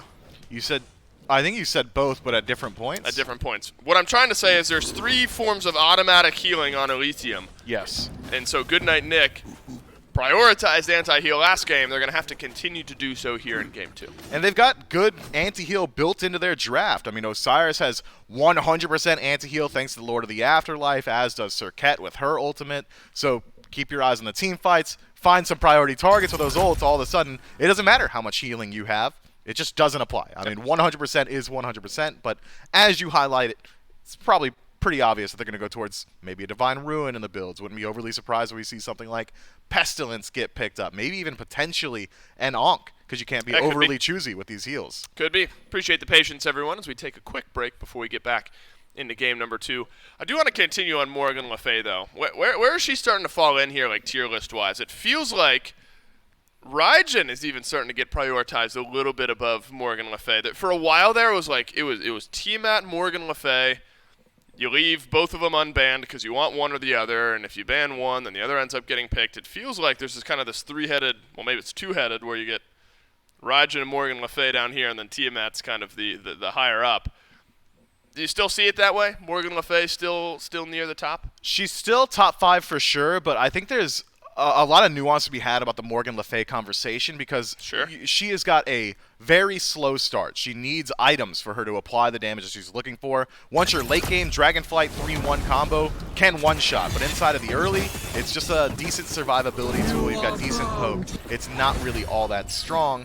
So instead, who is seeing priority? Raijin has been getting a little bit prioritized over Morgan Le Fay because his early game blows her out of the water and his late game is only slightly worse or maybe just as good. Right. I think that Morgan Le Fay is a great tool, but you have to have a composition built around her that is able to bridge you into the late game. And Goodnight Nick has that right now thanks to the Osiris as well as this Serket. Yeah, Raijin's been a great pick for many, many mid-lane players. Didn't get the best of Tiamat, though, couple weekends ago during the Phase 2 playoff finals. Look at this from Deathwalker, feeling a chance to get aggressive, get some good damage on a Terram, but lots of mana for this Ardio, so the sustain will be there. Just a moment ago, we saw Trix Tank steal away the purple buff from Goodnight Nick, so there's some extra pressure building on the left side of the map as far as wave direction goes, and that's something where if Ice goes missing, right now, Goodnight Nick have sent Ice to the right side of the map. If Ice goes missing on this Serket, opportunity may be on the left. But still level 4 to Adapting's level 5. But once that level 5 gets hit here, Myth, maybe you start to see some waves from these junglers. Yeah, maybe. Surprised that Ice is behind on farm, considering Adapting has tried a couple of times to find ganks already this game, whereas Ice has been largely relegated to just farming the jungle, maybe Adapting, finding a little bit more of that neutral farm. And that's a clear difference between these two junglers. Ice. Whoa! Okay. What happens there? Replay, please. Angry gets soloed by Wolfie while I'm trying to have a deep conversation on jungle pathing. Hey, we're having some nuance here. Yeah, we don't need the nuance. I want the violence. Let me see that. Yeah, well, we're going to get to see it hopefully here in just a moment. I think even if we don't, we get a pretty good idea here. Wolfie just kind of walks at Angry. Angry used his beads. So you imagine some of the CC was able to connect, and then that ult from Wolfie, so long range that you're able to kind of walk down your opponent, even if Angry has used that Thunder Crash. And so now, Myth, some of the early game woes potentially smoothed over with that first blood. Now we get to look back on how this one is played out. Wolfie already half. Just walks in a lane, Angry tanks everything, and just died. He just dies. He just walked up at half HP to a wave and died. That was a riveting highlight, by the way. I do appreciate production for getting it. That was never going to be all that exciting, right? But well, it could have been. It does answer us some questions. Right, I guess it could have been if there was this big like ability dance, you're kind of dodging everything Angry out, like you're fought going back in and forth, right? No, Angry's just half HP, and takes everything and now dies, yeah. Yeah, he's now down a few hundred gold here. Already see some anti-heal rolling in. It's adapting with the Brawler's Beat Stick, whereas Ice has gone Jotuns to start off. How impactful is that really, though, here? I mean, Wolfie gets first blood, a little bit of extra presence in that lane, Chronos Pendant to start on off, so small item advantage early here for Goodnight Nick. Maybe it's now if you can return some pressure there to the mid lane where you can compound on that first blood. Maybe. Wolfie does have maybe about a 3/4 of a level lead already and is trying to utilize it here. Trickstank, immune to the knockup, is able to keep that aggression going. Tarim with the rotation finds Wolfie. Wolfie being swooped on through, and Tarim is the Elysium player who ends up answering back that first blood. Angry gets stunned on through with Ice in behind the mid laner here as well. Ice immediately gets stunned though. Angry, Thunder crashes away and stays alive. Ice ends up taking more damage than he was able to deal. Will scatter on away beneath the tier 1 tower. It is so much fun watching Artio inside of these early game skirmishes. She could just do whatever she wants, man. She walked into 4 members there, found a kill, and is still chasing Ice. Maybe sticking around a little bit too long, loses his life, and Taram picks up the second for his team and himself. Elysium now 2-1 and up about 500 gold. Yeah, and I imagine we mentioned that, Artio is kind of the magical version of King Arthur. In the same way that I don't want a lot of kills on King Arthur, I don't want a lot of kills on Artio either. If you're able to do the W key thing more effectively, that never bodes well for me or my team if I'm the one playing against the fed Artio. 2 kills is not fed just yet, but definitely very strong. You can maybe start to see some pressure on this blue buff. Does end up getting dropped down there by adapting, I believe.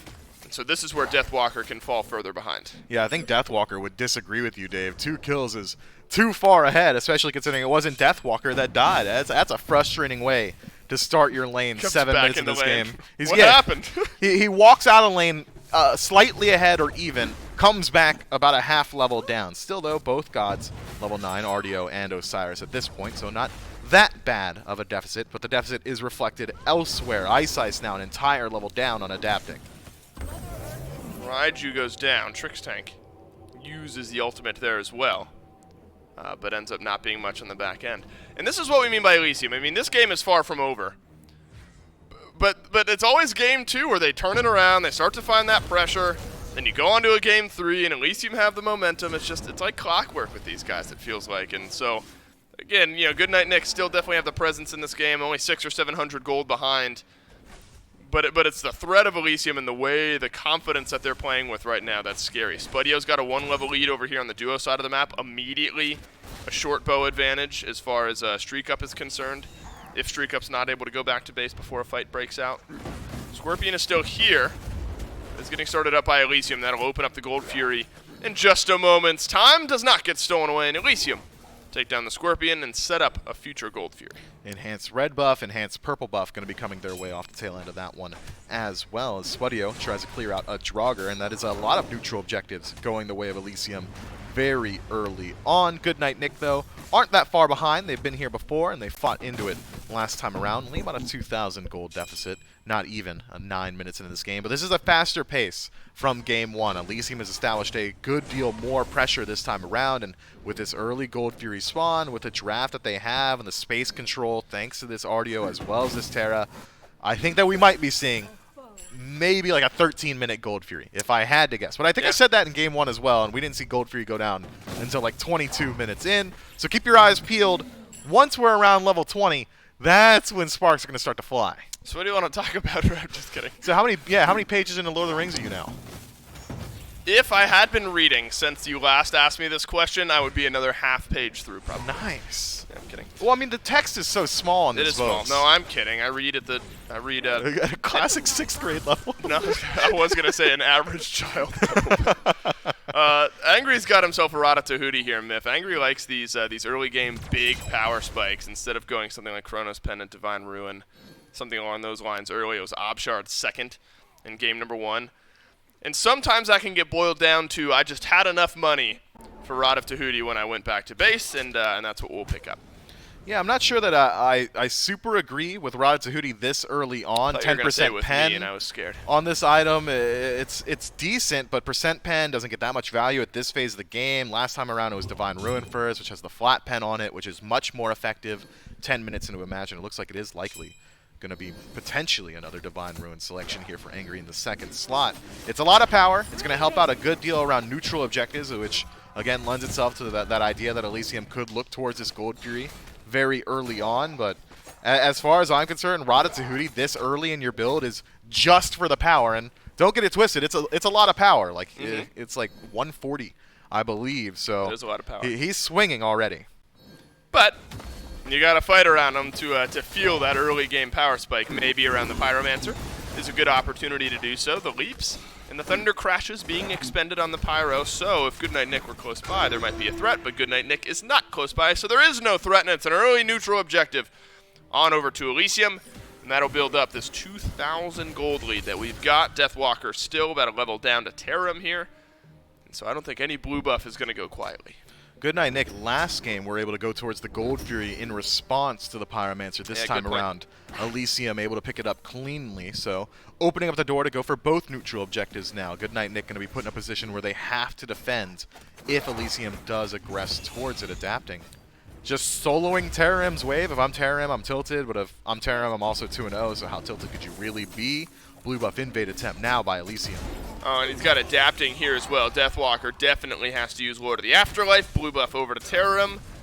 And so the Osiris continuing to be piled on just a little bit. I imagine you'd rather, I mean, you know, Ice picks Cirquette here. I'll return to that thought as the Cirquette gets the engagement. Rip. The Bifrost is not all that far, but Trix Tank is here, and Trix Tank can do damage. Not enough, though. Streak Up will get out. Ice trying to back, but will leap over the wall instead. And Goodnight Nick have found a big pick on Spudio, who had started to build up a bit of a lead here on the left side of the map. Unfortunate for Spudio. Tries to use Through the Realm to escape and immediately makes contact with Ice, who closed the gap with his own ultimate and essentially just leaves him standing still, does the Heimdall. And, well, when you're standing still, that means Streak Up's probably going to be sinking some auto attacks into your chest, and that's exactly how this one pans out. Clean cripple arrow from Streak Up as well to stop the continued aggression from Trix Tank, who had already expended his other abilities, so maybe not too much follow-up potential afterward. The double dash may have been able to proc the Earthen Fury and could have put some threat towards this ROM, but that potential was lost, and I guess we'll just never know because the cripple arrow stops him mid-dash. Clean invade from Goodnight Nick here, who have established some aggression on this left-hand side. Thought maybe we'd see them go towards the Gold Fury while Spudio was still dead, but instead, no, just going to go ahead and reset back to neutral, and Spudio maintains both relics throughout that entire engagement. Yeah, at that point, yeah, once the disengage doesn't work out, maybe you're thinking there's no real point. I'm probably going to die anyway. Let's see if I can do some damage on my way out. Tarim early into the Spectral Armor again. It's only the Tier 1 Rage item picked up for Streak Up here. And so, we have seen this sometimes, Miff. An opportunity for Streak Up to maybe pivot that build. I don't know if anything else is feeling as good as maybe Rage on ROM right now, or what your take is on that. But that Spectral Armor just for the suspect opportunity that Streak Up might be going into crit. Yeah, we actually saw Zapman do this. Yeah, Bought Zapman the Hidden did it. Dagger, Yep. saw Spectral get picked up and said, never mind, and immediately transitioned into the kin size, and I think that's an option that is available to Streak Up here as well, as Amusi gets caught out a bit here, but very tanky, should be able to disengage pretty easily. We'll see if the same can be said of Tarim if there's a return engagement from Goodnight Nick, but nobody in range. Ice just now crossing gap towards his own back camp should spell the end of this fight, and, well, Tarim's just being annoying, dealing a ton of damage to Amusi. I feel bad. I feel like every time we talk about Ardio, we've described her as annoying. No, Maybe we're right. It's right, though. Yeah, I mean, I feel bad, but maybe it's correct because Tarim can just do this. River's Rebuke is up now for Goodnight Nick. He's going to maybe open up the door to a counter-engage, adapting with the Bat Out of Hell. Swoops once, twice, and three. We'll drop him back down into safety. Amusi is low, though, and there's not a lot of Omi, and look at how comfortable Tarim's feeling in this game. Amusi does not end up dying, and now Wolfie has the opportunity to return some damage in to Elysium, but Deathwalker takes the full frontal force of adapting. Ooh, and Tarim. Elysium have found the first kill in this fight around the backside. It's Ice, who just needs more damage, but Trix Tank won't connect. Tarim peels back and immediately removes Ice and gets him off of Trix Tank inside of this engagement. And Tarim still just kind of spamming his abilities deep in the enemy jungle, just now dropping below 50% HP despite being in that fight for like an actual 2-minute period there. Somebody's got to deal with Tarim inside of these engagements, and I think Streak Up might be the only option. Looks like he isn't too concerned about that Spectral Armor pickup. I think he'd have been much better served by selling it and going immediately into the kin size. Last game, TRM kind of just sat on Streak Up and said, hey, don't play the game. You're not allowed. And I think he's in a prime position to do so yet again once the team fight phase starts up. That's an early Spectral Armor. I mean, it's one thing, you know, if you pick it up late in the game and you get some period of full effectiveness from these crits, and, you know, you still get effectiveness against everyone but TRM. But when Ardio is doing what Ardio is doing right now, you want to be able to deal as much damage as you possibly can. Spudio will, on the other side on this Heimdall, go into the kin size. So the Heimdall now at a point where those health bars, especially the beefy ones, Deathwalker, Emilzy, those will be taking a little extra damage. So I think, Myth, the Hunter conversation, especially around these builds, suddenly becomes maybe the most interesting conversation to look forward to later on into this game, how these Hunters are able to connect with effectiveness. Right now, Spudio's, I think, in a much better position. Yeah, He is playing aggressive as well. Forces Eyesights through the realms. Got to be a kill here. Oh, yeah, that's a lot of damage. Whoa, Eyesight dashes away and then leaps away over the wall. Trix Tank around the other side, though, and then the taunt prevents the dash in for the root. So Eyesight takes a lot, and there's a big collapse from Elysium. But the kill is not there. Spudio had to use the ultimate, and so that as engage or disengage is now missing, but a Gold Fury getting looked at.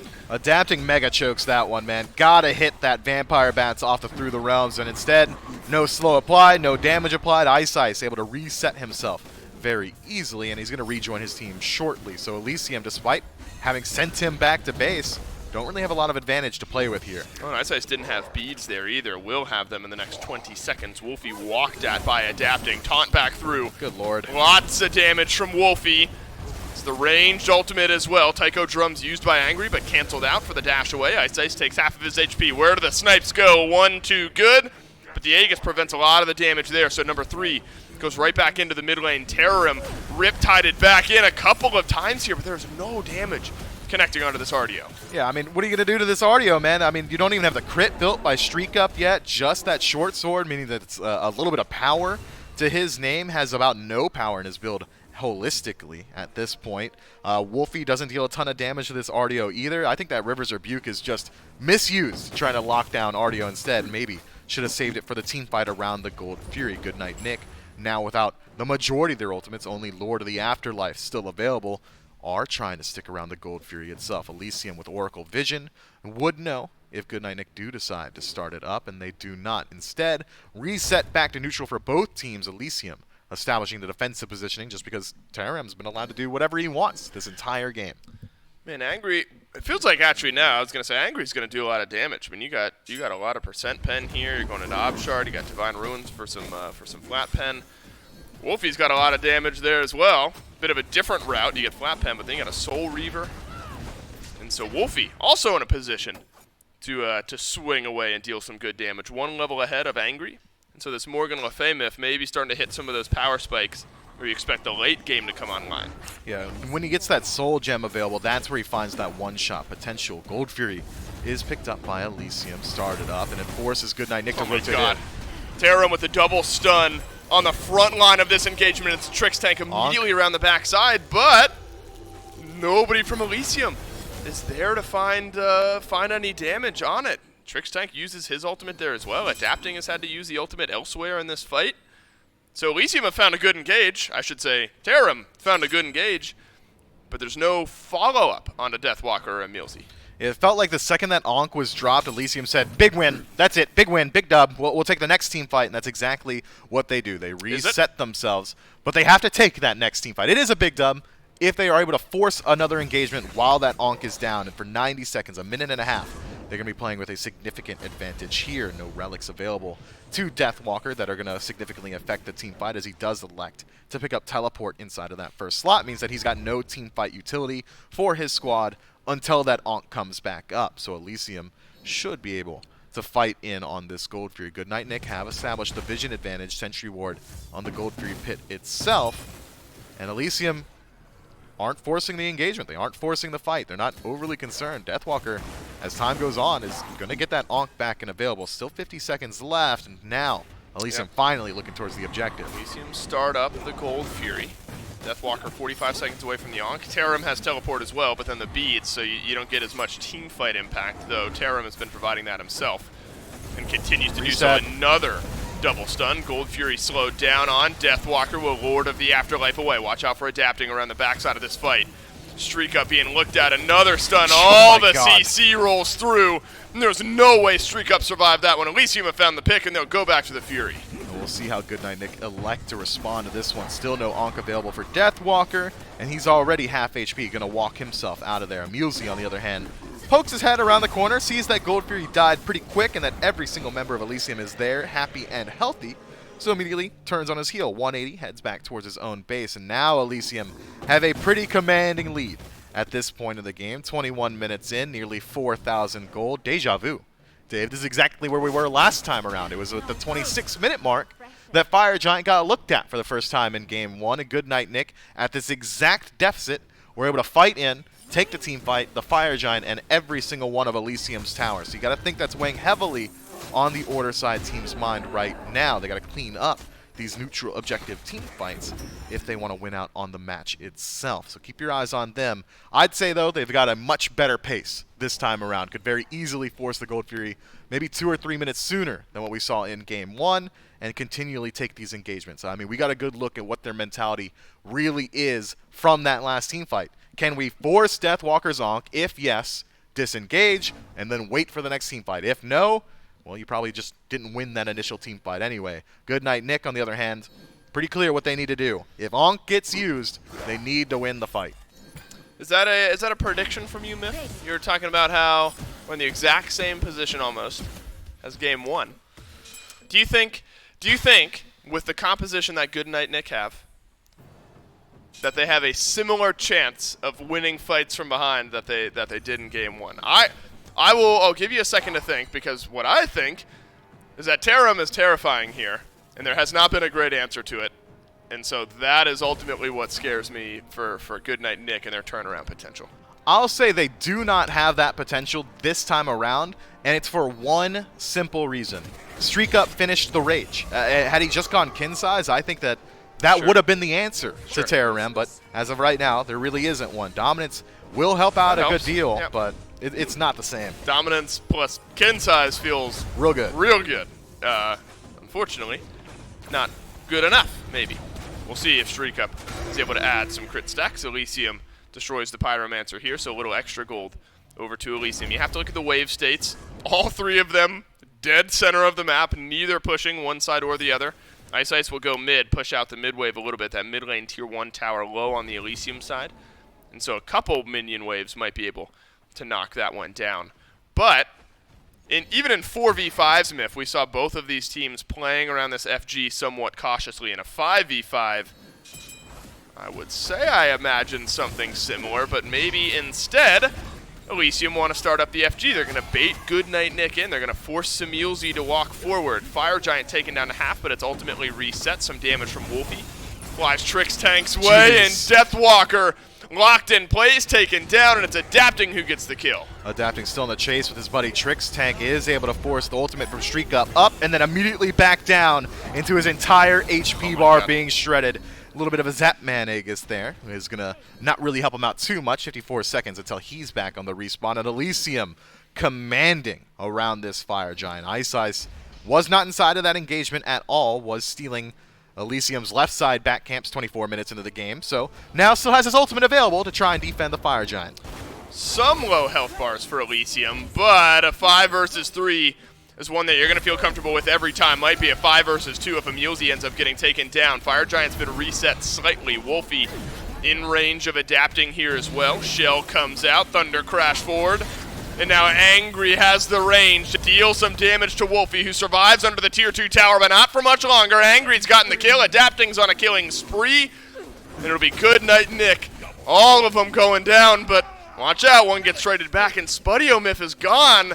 That might slow down your FG chances. Deathwalker TP'd into this fight and then ulted aggressively and then died immediately afterward. Yeah, I wondered what happened there. Yeah, he'd have been better served just walking out of base and evaluating that engagement from a distance, because doing that just cost him his life. 40 seconds on the Osiris yet again, 30 seconds on Ice, and the rest of the boys going to be respawning shortly here. Elysium, though, 4 strong. Spudio dead for 30 seconds means that it's going to be pretty slow going towards the Fire Giant itself.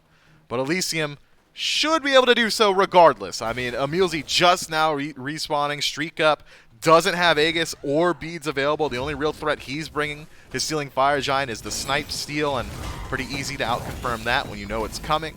Elysium pull the biggest neutral objective on the map. 26 minutes into this one, and Streak Up gonna have to try his best. Look at all that damage Streak Up's doing to Terra.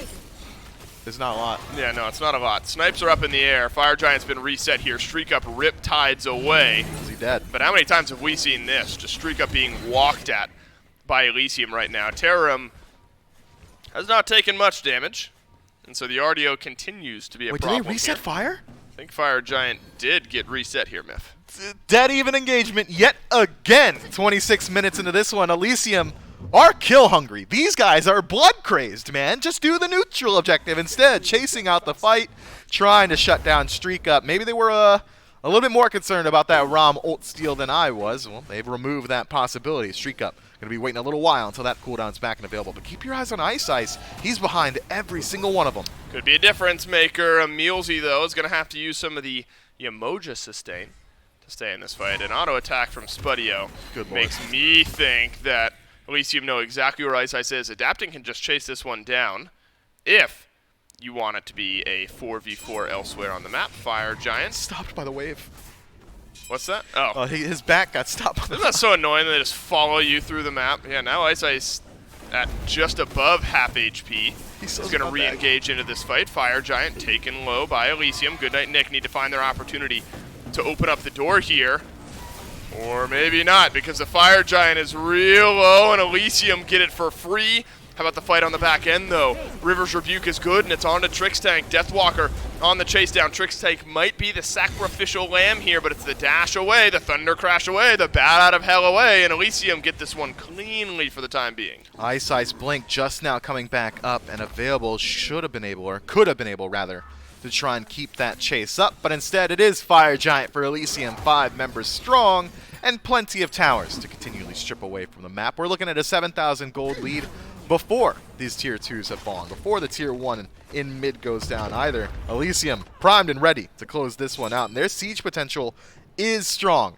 Terram has had a field day diving the backline in neutral territory. Well, the game simplifies in Phoenix sieges and Phoenix defense situations. Terram can essentially just say, all right, I'm going to slam my W key and I'm going to walk at either Wolfie or Streak Up, preferably Streak Up at this point, and stop him from playing the game. Everybody else, just hit the objective behind me. Hit the tower, hit the Phoenix, whatever we're on, and we should be able to strip it away very quickly, especially considering Spudio's build here going for tank shred. I feel like the game has been simplified ever since that double kill for Terram. Like it's been W key and turn off the brain anyway. But yeah, I mean, you're totally right here, Myth. Under the Phoenix, especially with FG and the way that the build has gone and the damage that Streak Up has not been able to do to this RDO, not feeling great about Goodnight Nick's chances. We'll have to see, though, how slow Elysium choose to play this one. Still two tiers of tower remain in mid, and then a tier 2 on left. And so you got 2 minutes, 15 seconds left on your Fire Giant buff. What we saw Elysium, or what we've seen teams do, is you do all of the tower killing on your first FG, then you end the game on the next one. But with how good these fights are feeling, Myth, you might have been able to siege. Yeah, I think I would have much preferred to see them just move into the Phoenix there or not head back to base and keep pushing. They're already playing with a massive gold and experience lead, just about 10,000 both ways. At this point, 8,000 gold for Elysium, and still, they've been getting the better end of every single one of these engagements. Even around that Fire Giant, don't really even try and to kill Goodnight Nick. Instead, just get the objective and get out scot-free. That's pretty hard to do. But instead, Elysium, ever in the spirit of the European SCC, are going to cross their T's and dot their damn I's, man. Primal Fury goes down, tier 2 tower on right goes down, and now starting to look at the tier 2 on left. Goodnight Nick nowhere in range to defend this one, and even if they were, likely would not have tried. Instead, should be digging in their heels around these Phoenixes. We'll see how Elysium addresses this. Adapting in mid is generating threat and is going to be split pushing, so it's a 5 versus 4 for Goodnight Nick on this left side Phoenix if Ice is able to make it back to base in time. But he's still I still in right. I think Terram counts as like I think it's like a 6v4. Terram counts as an extra person with the way that this RDO game has gone. I don't know. You're fighting such an uphill battle right now if you're Goodnight Nick. The battle begins with killing off Terram. Does not begin with Deathwalker being as low as Deathwalker is. River's Rebuke does slow down that big engage, and that keeps Trick Tank right in place. It's a good-looking fight for Goodnight Nick, and Streak Up is the one who deals the killing blow. Now up in the skies, the snipes will choose its targets. None of them connecting, but it's Elysium who's repelled. You're fighting a 5v4 for the next 45 seconds. Yeah, Trick Tank just locked down in the middle of a Phoenix for the entirety of that engagement. Does eventually lose out his life, and Ice doesn't even use his ultimate inside of that fight. I mean, that wasn't even Goodnight Nick at full strength, Dave. We could have seen a little bit more there, but instead it was a slow back from Ice. So instead of joining his team in the 5 versus 4 on the left-hand side, instead tries to stop the split push from adapting. Both junglers finally rotate over to the left-hand side, and Trick Tank just loses out on his life. But you called it earlier. First Fire Giant's not about the Phoenixes. It's about stripping away all the towers. Second Fire Giant, yeah, that's Phoenix territory right there. And well, unless Goodnight Nick get it, because then you've got 5 towers to deal with still. But it's Enhanced Fire Giant 32 minutes in. Giant, Could right. just end the game. Yeah, depending on how many people you kill off on the other team. It is interesting, though. I think the game does simplify. You know, we kind of joke about how the game simplifies for Terram under the Phoenix. You can just W key and walk forward. That might have been the best River's Rebuke we've seen from Elysium. I mean, it's a very easy choice to make there. I see Terram walking towards my team, and it's Trick Tank on the other side of this wall. I'm just going to separate us all so we have enough time to kill off Trick Tank before Terram can do anything. It's finding that impact myth in this fight for Elysium that's going to be important. Yeah, keep your eyes on the relics here from Goodnight Nick. Deathwalker's Ankh going to be coming up in just about 15 seconds. No teleport available means he's only really got 1 life to play with here. Generally, once you've got that upgraded teleport in the late game, you can kind of play willy-nilly with your HP bar back and then teleport back into the engagement. That option not available to the Osiris. And then we still got the Heavenly Sprint down for just under 30 seconds for Elysium as well. Goodnight Nick trying to buy a little bit under a minute to get all their relics available before they look for the fight, whereas Elysium, they're at full strength already. Ah, Streak Up is doubling down on crit. We've gone Rage, Dominance, and then it could be a Deathbringer at the end here. If we end up getting to that point, might not even be able to see what that item is because this has happened a whole lot. Deathwalker melted, adapting, re-engages in, and it could be a double for adapting here. Streak Up's Aegis will buy some time. Up to the sky he goes. But man, there's not a whole lot of hope here for Goodnight Nick. Streak Up is going to get jumped on. Adapting has got 2. Elysium, they found a big fight around the Enhanced Fire Giant. And Adapting still on the chase here. No abilities available to Ice. Could mean that's the end of the engagement. 2 dead. Ice removed from the fight. Oh, no ultimate from Elysium. Every single member of Elysium healthy at this point. I thought maybe we'd be looking at a Titan Siege there, but instead fall back to the Enhanced Fire Giant and try and clear this one out yet again. Wouldn't be surprised, considering the pace of this one so far, if they head back to base afterward and then regroup and take the 5-on-5 engagement. Instead, though, it is going to be the push. Okay, we're working Elysium in on the right is side. full of surprises, Miff. They keep me guessing. Elysium's in for one here. Terram is around behind this Yamoja, and so there's going to be a stun on the end of the Riptide, but luckily another Riptide keeps Elysium alive. Good damage. A lot of damage in onto Elysium. Not enough, though, to allow Elysium to dive right in. Streak Up is up in 8 seconds. Deathwalker is back in the fight. This Osiris has been kept in check at every facet of the game. You're going to have to find some value underneath your right side Phoenix, but it's a Lord of the Afterlife away yet again from Deathwalker. Spudio takes a whole lot of damage, but the right side Phoenix ends up going down. I mean, Spudio's hitting these Phoenixes for 400 now. Goodnight Nick, if they want to maintain these birds, cannot allow Elysium to walk in with or without wave. Enhanced Fire Giant on 5 members of Elysium means that backdoor protections are no longer a thing. Goodnight Nick have to defend the Phoenix and not the other way around. This time, though, they allow Spudio the space to work with. Deathwalker tries to stand in front of a couple of those auto attacks from the Heimdall, but with this tank shred build, he's not allowed to do that. I mean, Deathwalker's a tank, he's getting shredded. That's exactly how it's going to pan out. We have not seen that same level of impact, though, from Streak Up. This is where Streak Up is at his strongest, hitting neutral objectives. Fire Giant, Gold Fury, both gets absolutely slammed by crit builds, but Goodnight Nick has not been in a position to look for that. Instead, they've been on the defensive for the last 20 or so minutes, and the Streak Up's been on the defensive against Terrim for the last 20 or so minutes. It has been a complete struggle. An absolute struggle. Elysium able to open up that base, though, of Goodnight Nick, and so their struggles will be eased a little bit. You're going to need a little more magic from Emilzy and the rest of the team here. All of the other two, all of the two Phoenixes remaining are exposed in the base of Goodnight Nick now.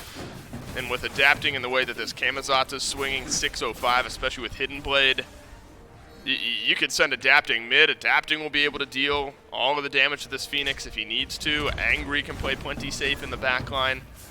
It's got to be a big mistake from Elysium and a capitalization on that mistake here from Goodnight Nick. Last time it was River's Rebuke that spelled the difference in these fights, so keep your eye on that cooldown. Nice Riptide is going to force out a lot of Angry's HP bar here, but sustained from Fire Giant, sustained from the build, sustained from Trix Tank should top him off after a little while, and there's plenty of time to work with here for Elysium. Still a minute and a half on this enhanced Fire Giant. Adapting now, starting to knock on the Phoenix in mid, should distract Ice all on his own.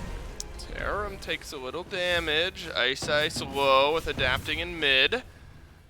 Ice will have to leap away. It's that moment where then Adapting can make things interesting. Once you deal enough damage with just Hidden Blade, ranged procs onto Ice, and Ice has to leave, that Adapting can then put some pressure into the mid lane. Emilzy takes some damage from Elysium here, but a Riptide away and some damage from Wolfie will keep Elysium from jumping in. Terra just dropping these pillars for the sustain. Fire minions have made their way onto the Titan, not dealing enough damage yet, but maybe a sense of urgency now for Goodnight Nick as a stun onto Deathwalker is connected. A tether is still out, but Terrim will walk out of range. Emilzy being run down here. Trix Tank will turn his eyes towards the left side. Phoenix Adapting has joined the fight as well, and the left side Phoenix falls. Slow Siege finally goes the way of Elysium. Left side Phoenix stripped away, but it was not cheap. Tons of ultimates used here. Ankh expended by Trix Tank, so that is going to spell the end of this push. Enhanced Fire Giant going to be wearing off in just under 15 seconds now. And Goodnight Nick, despite losing out on the most important Phoenix, well, their right side Phoenix is likely going to respawn before this Fire Giant does, and they could try yet again to put up a defense on the Fire Giant pit itself. 15,000 gold separating these two teams, but that gold lesson that we had last game about how it means less as time goes on. Yeah, well, you taught me the lesson. It still applies here, Dave. 15,000 gold, 38 minutes in the game is not a huge deal. It is a difference. You can see it in the builds. Now we're finally approaching that 6-item slot for Wolfie. We're starting to look at that 6th item for Emilzy, but everybody else is either done with their 6th or just about done with it. Uh-oh, this could be a moment where Goodnight Nick have an advantage. Adapting has to use Bat Out of Hell. So Goodnight Nick suddenly have a little bit more presence around the Enhanced Fire Giant. 2 Fire Minion waves pushing down the right side of the map. A couple big ones on the left side as well. So this is something Goodnight Nick are going to have to deal with. Wolfie's the one who ends up going back. You want to be able to push out this wave, but you don't necessarily have global presence. Elysium may be able to get this FG for free. Elixir of Power purchased by Adapting means that with that Hidden Blade, he's going to one-shot. If he's coming into the fight and they don't know he's there, Goodnight Nick, that is, I mean, he's one-shotting Ice, he's killing Streak Up instantly. Wolfie wouldn't stand a chance. Adapting is a tactical nuke at this point, so keep your eyes on him. Nobody wants that 1v1. River's Rebuke into Riptide is great, but Trix Tank takes almost no damage there. It's Deathwalker who's low again, and it's another defensive Lord of the Afterlife. Terrim takes some damage from Streak Up this time, so it's not all said and done just yet, but watch out for the Fire Minions on left. They're pouring into the base of Goodnight Nick. You have to push this advantage, and you have to push it now, or else these minions could end the game. They could. Adapting, trying to generate some threat. Deathwalker, who has already expended his ultimate defensively, is essentially worthless inside of the team fight now, so he can go ahead and clear out those waves on the left-hand side and not have to worry about it with the rest of the team. Goodnight Nick, though, have taken a good deal of damage already. Emilzy is no longer a frontliner. Effective HP not there despite having this healing. So it's all up to Ice to work his way in. Maybe Streak Up can shred through the front line of Elysium now that he's got that Deathbringer finish, but he's going to have to do it quickly. Fire Giant's burning fast. Deathwalker is back. The wave's not fully pushed out. Can Goodnight Nick find the advantage? They found a jump in onto Trixtank. Good the onk. Titan's under attack. You gotta win this fight if you're Goodnight Nick. Some damage connecting onto Angry, but the Aegis will save his life. Trixtank dashes away, but only as far as Deathwalker and Ice Ice. So the first kill of the fight goes to Goodnight Nick, and the Fire Minions pushed out of the base of Goodnight Nick as well. It's a clean early pick, or one of the waves gets pushed out. There are still Fire Minions on that Titan. It's not Goodnight Nick have to deal with it. Somebody. They're just gonna end the game. Yeah, they could. Elysium has to stop some Ice backs Ice here. is back. Ice Ice is back. That should be enough. That should defend the base here. Good night, God. Nick.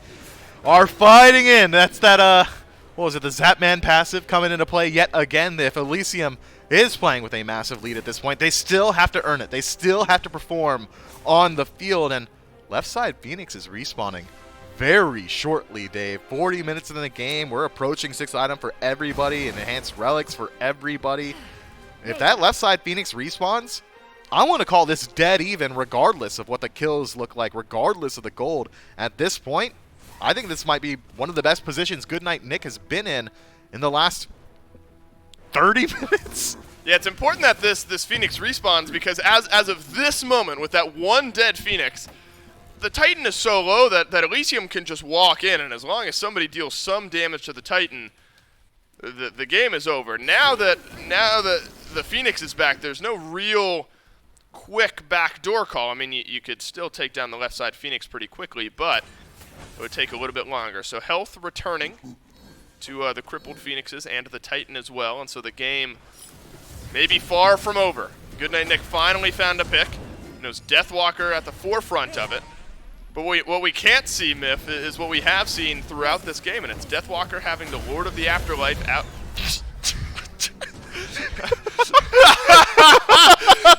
Oh, that's just amazing, isn't it? My God, that is great. All right, so Lord of the Afterlife is down from Deathwalker. You got to find another way into this fight. That is Caster's Curse at its finest. Ice Ice is able to remove those enhanced minion waves on the left-hand side, and it's made his rotation over towards the right. Elysium, though, realizing exactly what we were bringing up just a moment ago. This game is essentially even. They can't just pull the enhanced Fire Giant in the face of Goodnight Nick. They have to earn every bit of their positioning. Well, Deathwalker's at least halfway back to his ultimate, so that feels okay. Halfway back up to his escape, you mean? His escape, right. That's a long leap. We need to nerf the cooldown on Deathwalker's regular leap ability that he's got here. Engage from Elysium. Could Great this ult. be the one? A good ult from Emilzy keeps Terrorim at bay, and look how low the RDO is. Has not died yet this game, and still will not have died, but Ice Ice has found Angry in the backline. It's a Thunder Crash away, but Ice Ice doing a whole lot of work here, and look at Goodnight Nick surging back in. Spudio uses the Aegis.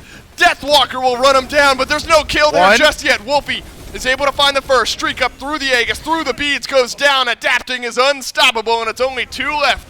And it looks like Elysium has sent us on to a game 3. Well, hold on. Wolfie still draws breath. Maybe could have got one return kill. Emilzy, the sole remaining member of Goodnight Nick, going to have to head back to base and tie up his cape. Terrim, very low HP. Angry, very low HP. Terrim actually heads back to base here. But there's so much time to play with, Dave. They gotta end. They gotta end here. Yeah, you'd figure. I mean, it's going to be the Phoenixes and the Titan doing all of the damage here because Emilzy does not have a whole lot of it. Emilzy's going to get jumped on, finds a little stun on the backside, but adapting is divine. 9:07 for the Camazotz. Elysium have woken up. Took them 45 minutes. We go on to a game 3. Look, I thought it was a joke, man, when I said earlier that European SCC would love to load into a game 30 minutes in from dead even, but that's essentially what it took. 44 minutes into this game, at that enhanced Fire Giant fight, was the first even engagement of the entire 44-minute match that we just watched, and that's what it took to wake Elysium up and make them take it a little bit more seriously, and when they did so, it was a very convincing team fight win. Game 3 situation, I don't think that I have the same confidence in Elysium that I did going into Game 2. Really? The fact that it took them that long to Yeah, win good point. with that kind of lead is a little bit concerning for Elysium Yeah, fans. if Elysium lose Game 1, you're for sure they're going to win Game 2. 100. No idea now going into No. Game 3. Goodnight Nick, they show some fight back. Elysium, just too consistent. I would think mainly Terrorim and adapting. I mean, think about Deathwalker in this game. I mean, really try to think about Deathwalker in this game. It was a lot of Lord of the Afterlives defensively. I think all of them likely defensively. Well, there was the one where he TP'd in on the tier 2 on right. Right. And died. And the context is important. He TP'd in after dying. Yes. And after his team died, too. He watched them die. Right, and then he died again. Yes. Well, Elysium have woken up after a 45-minute game 2, and Goodnight Nick, like their namesake, have gone to sleep. Game number 3 around the corner. One final game to decide the winner. Stick around. You don't want to miss it.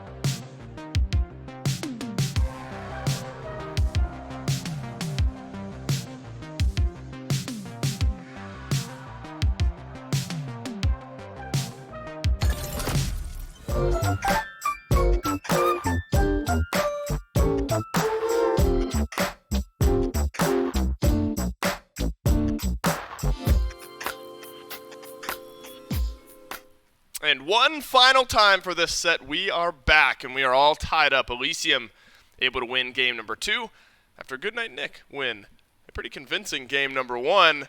But Miff and I were talking. You heard us talking. That was I was clarifying that it wasn't like at the break you and I were discussing. We were talking prior to the break, is what I probably should have said. Yeah, we were talking. Biff and I were speaking. And that wasn't the type of win for Elysium that gives you this overwhelming confidence that they're going to blow Goodnight Nick out of the water here in Game 3. I think that you can blanket statement say if a team has a 10,000 gold lead for more than 10 minutes, they've misplayed. I think that is Really? a fair statement. I'm trying to think of scenarios where that's not a fair statement, and you might be right. Yeah, I think that if you've got What's a 10,000... the earliest in a game you can get a 10,000 gold lead? I mean, if you really run it down. Gotta think it's like 20 minutes in minimum. Yeah, I was going to say, like, if you somehow get a 10,000 gold lead, like, 10 minutes in, something gross like that, I mean, every lane's 0-12. I don't even think it's possible to have 10,000 gold as a team. Yeah, 10 probably minutes not. in. Yeah, I think you're completely right. Yeah, the other team has no gold at all. They don't even buy starters. You spawn in with 5,000 gold. How long does it take one team of 5 Smite Gods to accrue 5,000 We're doing a lot of gold? theory crafting here, Miff. I do want to give Elysium some credit, though. They deserve it. They won. They won, and for good reason. And adapting and Terram on their dive in this game were just unstoppable. Neither of them died this game. Adapting got all the damage done while Terram soaked all of the damage up and effectively made Goodnight Nick irrelevant across the board. And when you got a 907 Camazotz and a 2014 Artio, you're going to have a hard time winning against that. Yeah, I think that, if anything, Goodnight Nick probably going to address this Artio in the P's and B's, man. I mean, Terram has gone unchecked 2 games in a row. Sure, Goodnight Nick does win Game 1, but it was a late-game team fight throw from Elysium into a couple of Fire Giants for Goodnight Nick, and that Artio at no point was really looking poor inside of Game 1, and in Game 2, dominated off of that double kill inside of the early game. So, if I'm Goodnight Nick in this situation, I'm probably looking towards first pick, and I'm probably banning out this Artio. Unless you want the Artio for yourself. Unless you want the Artio for yourself. Are you taking... Do we like us? This is total side note as we get into picks and bans for Game 3. Do we like Osiris in the solo lane? When's the last time you saw it in an SPL match? We don't like Osiris in the solo lane. I was going to think long and hard about that, and I was going to come up with nothing. I had nothing off the top of my head, and nothing was going to end up coming to mind later on. So I'm glad that you kind of curved it there. All right, so Osiris. Hey, they did it. Jungle. Yeah, smart here. We're going to take away the Artio for Goodnight Nick. It has run rampant for Terram despite a loss in Game 1. Game 2 was dominant, and so I have to get a bit of a different look here.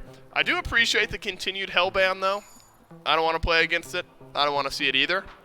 So Elysium agree with me on that, and they'll take it away. But they have left a lot of priority picks available, both teams here. Artemis still out there, Yamoja still available. Every single one of the meta mid laners is available as well, and Elysium keeping in trend with this priority towards the ROM. They think it's better than the Artemis and some of these other popular hunters. So, going to go ahead and use their third ban slot on that. But Tiamat has been a popular first pick, and I see no reason to stop here now. ROM over Tiamat? No. Okay. Just wondering.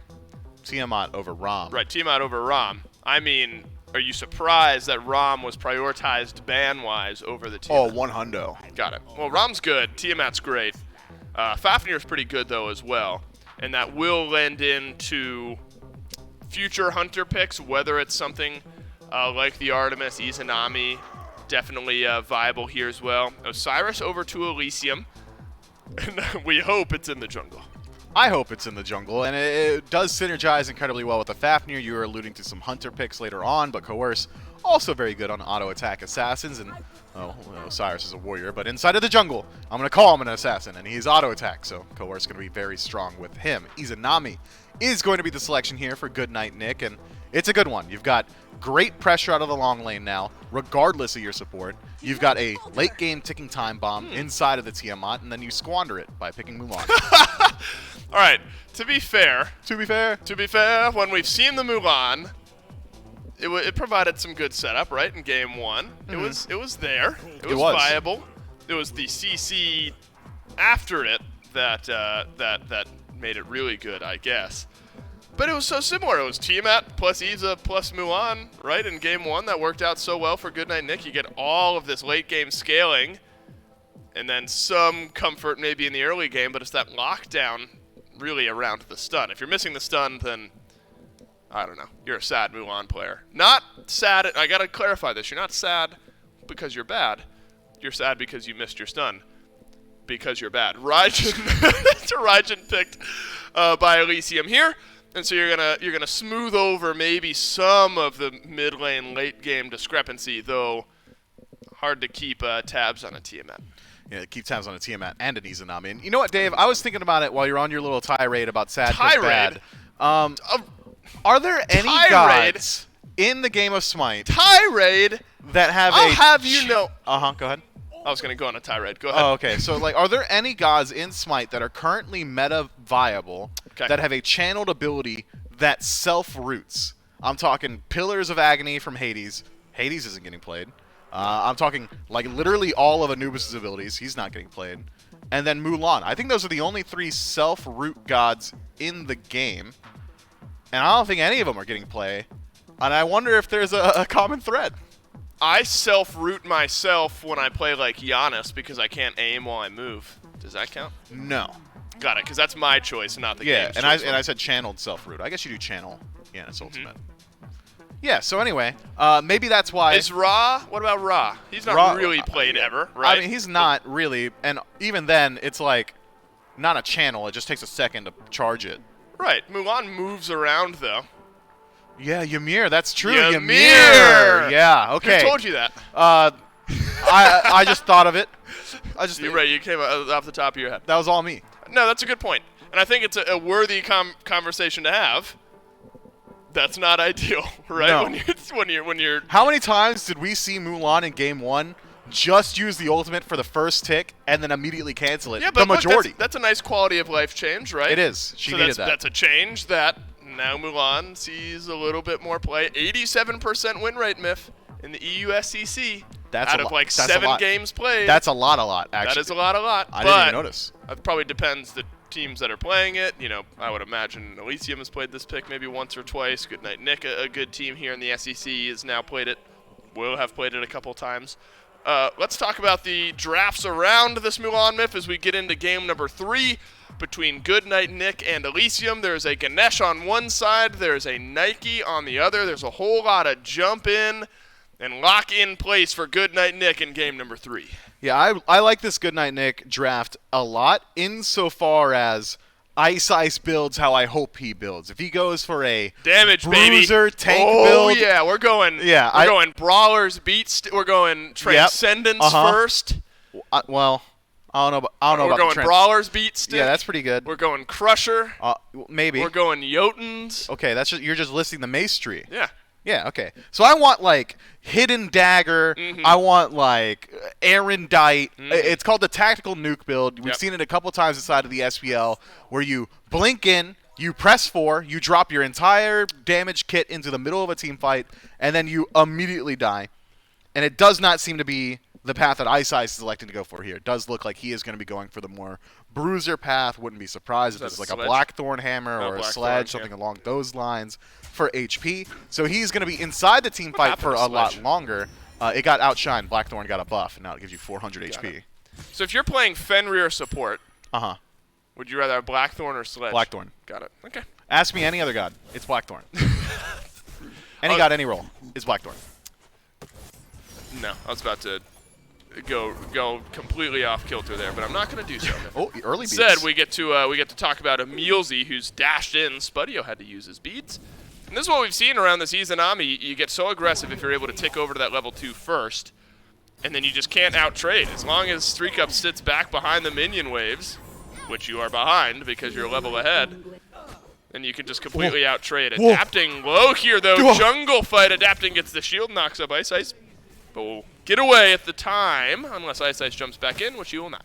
Yeah, Ice using that Mannequin Scepter early on to apply some damage. Gotta just assume that he landed the first auto attack, which is kind of how Mannequins v Mannequins goes. Oh, yeah. Terra! Come on, baby! This is what I'm talking about, Myth. It's a good pick. She's good pre-5. I mean it. She's really good pre-5. She's got some of the best poke pre-5. Her damage output is consistent and easy to land. She can choose her engagements.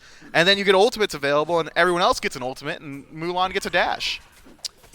Yeah, that's true. But the dash does some damage. You get a knock-up on the end of it.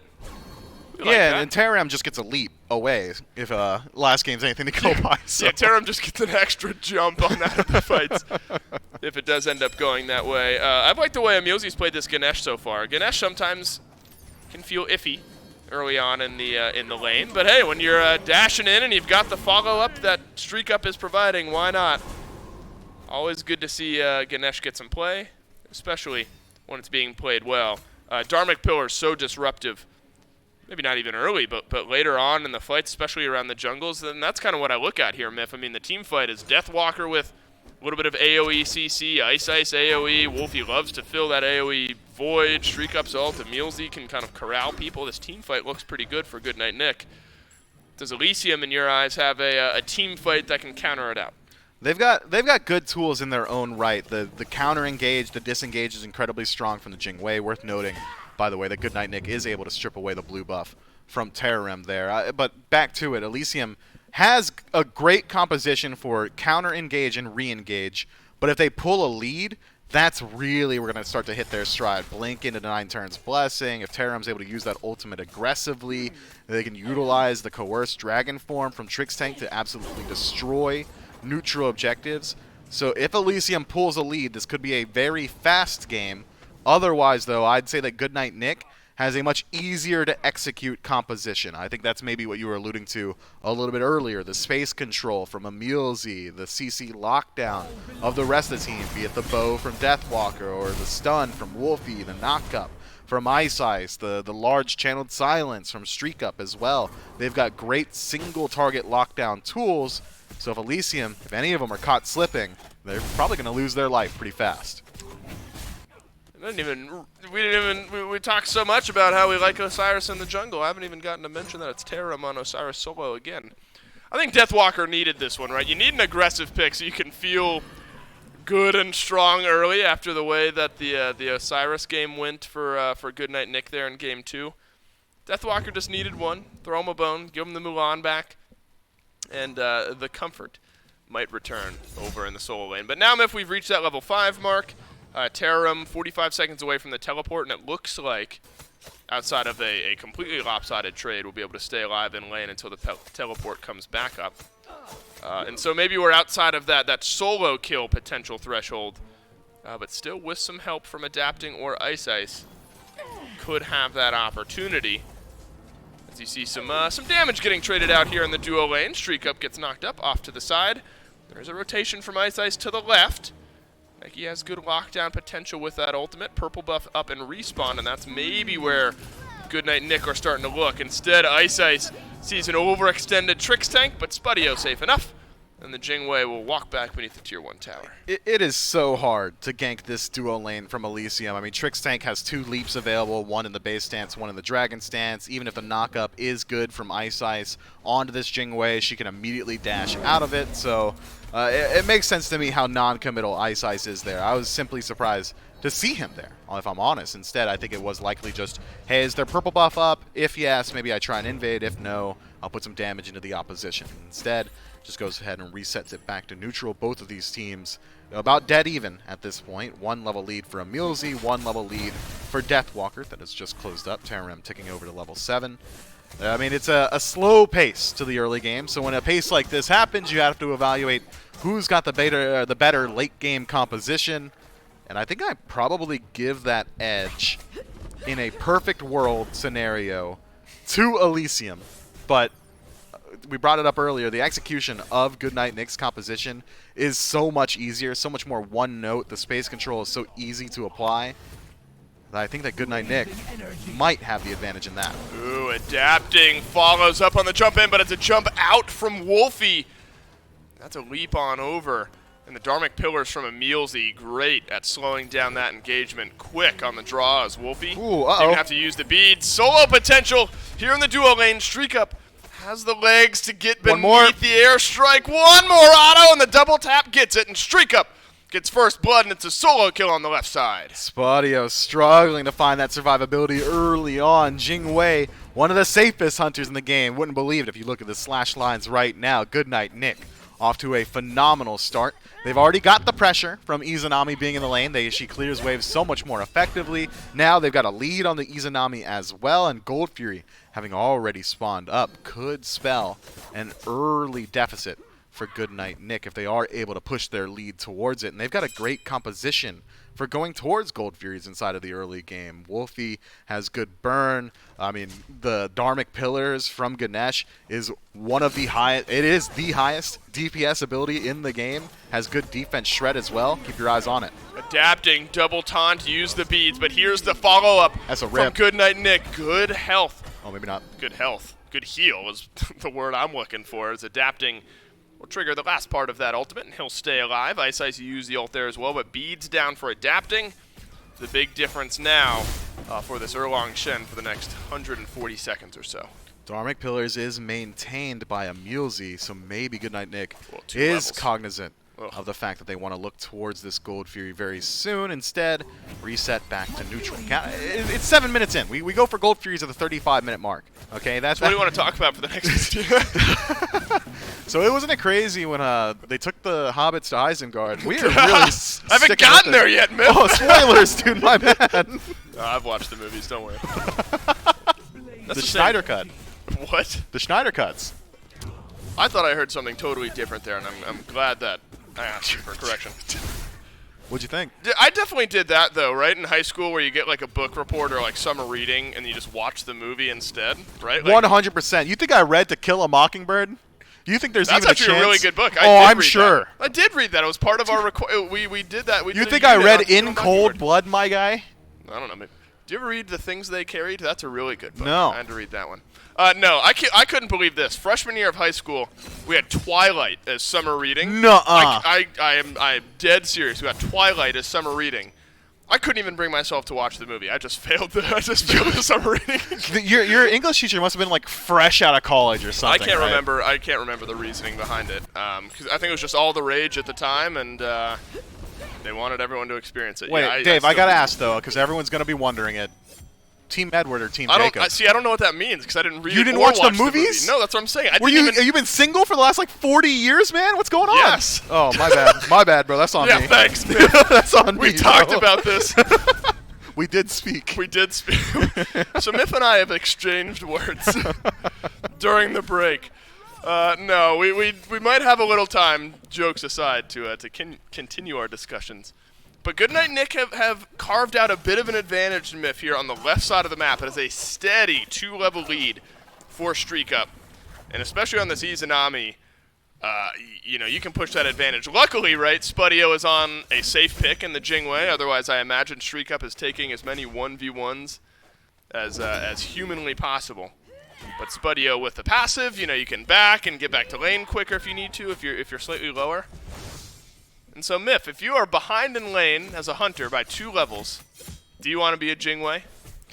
I think I prefer to be a Heimdall. I think Yeah. that god is just straight up safer. But if I had to choose, like, anything besides Heimdall, I'm probably Really? going towards Jingwei. Why is Heimdall safer? Well, he's got a knock-up. He's got knock-up immunity. He's got Yeah, but you got to be a in like global melee teleport. range to use the knockup. Yeah, but when you're this far behind, enemy ADCs will barrel stuff you. I guess that's true. So you just knock them away. You got a CC immune ultimate that is also a dash, a Yeah. teleport that's nearly global, Yeah, that's fair. and AoE auto attacks to sustain. But maybe a close second is Jingwei. Yeah, Jingwei is pretty good too. Yeah, she's pretty safe. It didn't seem to help Spudio too much when he was getting soloed, but No. still pretty good. Dave, follow-up question: Okay. have you seen The Notebook? Yes. So what's good with that, bro? What's good with that movie? I don't know. It's a classic. Oh, you're saying what? How have I seen that and not Twilight? Not Yeah. What is good about that movie? Yeah, I don't know. you just wanted to watch The Notebook. I got you. Yeah. Who doesn't, right? I haven't that seen one, it. That one was like a group viewing. That was Weird like flex. people were hanging out. you have a friend group to hang out. Yeah, weird flex, bro. Yeah, right. That's on me. Yo, call yeah. a fight. Yeah, we sit around and watch The Notebook. You and I, Miff, we sit around and we watch Smite and we watch this team fight. And Adapting will finally find a taunt on a Deathwalker, the knock up on the end, and the Mulan. No chance to get out of that one. Had his ultimate, but it's a double kill for Angry and Elysium. Oh, he's still going. They picked their moment. Could be 3. Emilzy will throw down the Dharmic Pillar, so the chase on the other end will be slow, but Emilzy way slower. The dash away is there. But already 2 kills for Angry. This is already a great fight for Elysium, regardless of who gets the third. And it should fall down pretty soon. Adapting credit for the third. And, well, Wolfie's still hovering around. Could be a Pyromancer pull here by Elysium, but they are very close to maybe concerned with their ability to take the fight even against just a sole Tiamat. So instead, reset themselves back to neutral, so we get a little XP roundup at the tail end of that. Terem closes up his XP gap, now 12-12 up against Deathwalker. 1 level lead in the jungle for Elysium, 1 level in mid, and still 1 level behind inside ADC. But Spudio doesn't really need to be getting involved inside of these team fights. Instead, just going to be farming for the near future. Keep your eye on Streak Up, though. It is Rage, Tier 1 picked up already. Could spell either a bait, maybe trying to force a Spectral Armor pickup from Elysium, or he's just going to follow through with it. And if history's any indicator, he's just going for it. Yeah, Terem had been buying Spectral, like at this point, already had bought that Tier 1 shield, so, I mean, if there's a full pivot from Terem, you know, you'll have that Tier 1 shield and then a Spectral, but you can delay it out a little bit. Streak Up very low on the crit chance. You know, if it's against me, it's still 100% regardless of how far along that Rage is. But this is a good trade back for Spudio. His lane has not been great for the Jingwei, so if you get an opportunity like that, you got to be able to take it. And despite the death myth and 3 assists for Terem, Deathwalker has maintained a pretty steady 2-level lead now here in the solo lane. When you're hitting the stuns, and hey, a defensive ultimate out of Terem gives Deathwalker more credence in the lane. Goodnight Nick holistically is still about 2,000 gold in the lead, so undeterred from losing that fight, are going to pull the Gold Fury right now. Just Trix Tank in range to defend, and we'll just stand between the hammer and the Gold Fury, and there's no way he steals. And the silence from Streak Up to confirm it, so a couple ults worth it for the Gold Fury. Deathwalker rooted in place, taunted back in, and adapting and Angry and Terem will cut him on down. So Elysium, they lose the Gold Fury, they're able to at least get 1 kill back, but Myth, Goodnight Nick probably happy. You'd rather your solo laner have not died in a totally unrelated fight on the other side of the map. I would. But you're able to get the Gold Fury anyway. Yeah, it doesn't super matter either. Pyromancer does not go the way of Elysium. Instead, it is reset. And I think Deathwalker, had he just canceled the ultimate before the second tick, probably just walks out of there. Maybe didn't realize that Angry was channeling the Taiko drum, so that CC immunity does come into play as Elysium. Something channeled. Postures, root. yeah. You don't want to be rooted in a channeled ability just about ever. 87% win rate, though. You know, there's some value in that. Stop it. I know, that's on me. Pyromancer started and taken down by Elysium. I say that jokingly because I agree with you. I mean, it's not great, but Mulan has a pretty good win rate. You're able to control the lane, find a 2-level lead. That Terem has now closed up that gap. And the question later on, you know, one of the big pieces of this Goodnight Nick team fight is this Nike, the ability to give yourself that second health shield, basically, and slow all targets in range. Sunder is always the topic of conversation we have with that pick, Myth, and Elysium have 2 sets of Sunders. Yeah, so either Terem or Trix Tank. You gotta hit one of the 4, right? They can just remove the shield. I mean, they are good to go. Ice not going to get a whole lot of value from that in of its own right, which is why I was thinking maybe we'd see the tactical nuke build from the Nike earlier on, but it is Blackthorn immediately into Jotun. So yeah, baby. Mace Tree. Yeah, I mean, maybe Brawler's Beat Stick in the next slot. Who knows? Probably going to be a more defense item. I doubt it is going to be either of those. It's Silver Breastplate. Actually, maybe a Breastplate of Valor or something along those lines. Maybe some anti-crit. Not quite sure as of right now, but either way, Ice not going for a very damage-heavy build. Instead, trying to utilize that utility and survivability of Nike to stick around inside of these engagements, effectively giving his team, Goodnight Nick, a triple frontline composition. Emilzy, Deathwalker, and Ice going to act as a stone wall, just creating space for both Wolfie and Streak Up inside of these fights, but their work will be cut out for them. Elysium's dive is incredibly strong. Adapting, Terem, and Trix Tank all have great mobility abilities and great ability to engage fights. Well, to jump on in here into the mid lane, Ice has to leap away. Dharmic Pillars for Emilzy's been used defensively, so has the ultimate out of Ice, but Angry sent some barrels Goodnight Nick's way, so 2 for 1 ult trade there. Technically, strictly numbers-wise, Elysium come out ahead. Dave, I got another question, man. Oh, great. Go ahead. Does Raijin have any other skins? Other than this one? Yeah, this monkey one. I think every single pro uses I agree. this skin. Yeah, but like it's the best one, I think. Oh, all our skins are the best. You know, they're all great, but I think specifically this one out of Raijin just feels a little bit better. Deathwalker Wait, actually good pull. gets out of the ult this time, adapting with the pin, but then it's a taunt back in on a Deathwalker who seems happy to take this fight. The healing from adapting was needed there. Maybe not totally necessary, but necessary to make adapting feel comfortable on the disengage. So now we can see the type of damage that Deathwalker is able to take. Here's a bit of a run down from Emilzy and Wolfie. Dharmic Pillars were not ready to go, otherwise you may have seen something there. And with Angry being as low as he is, you got to be careful on this Raijin. The one and only skin Raijin has. Yeah, I mean, if we're to go off competitive Smite, it is the only skin that Raijin has. You know what? I'm sure he's got more. I'm legitimately curious. I can't imagine another one. No, I think you're right. I think every time we see Raijin picked, it's this skin. But again, I think I'm not sad about it. It's a great skin. I love seeing it. That'd be a neat stat for Gore to be able to track. The different skins that get picked. Oh.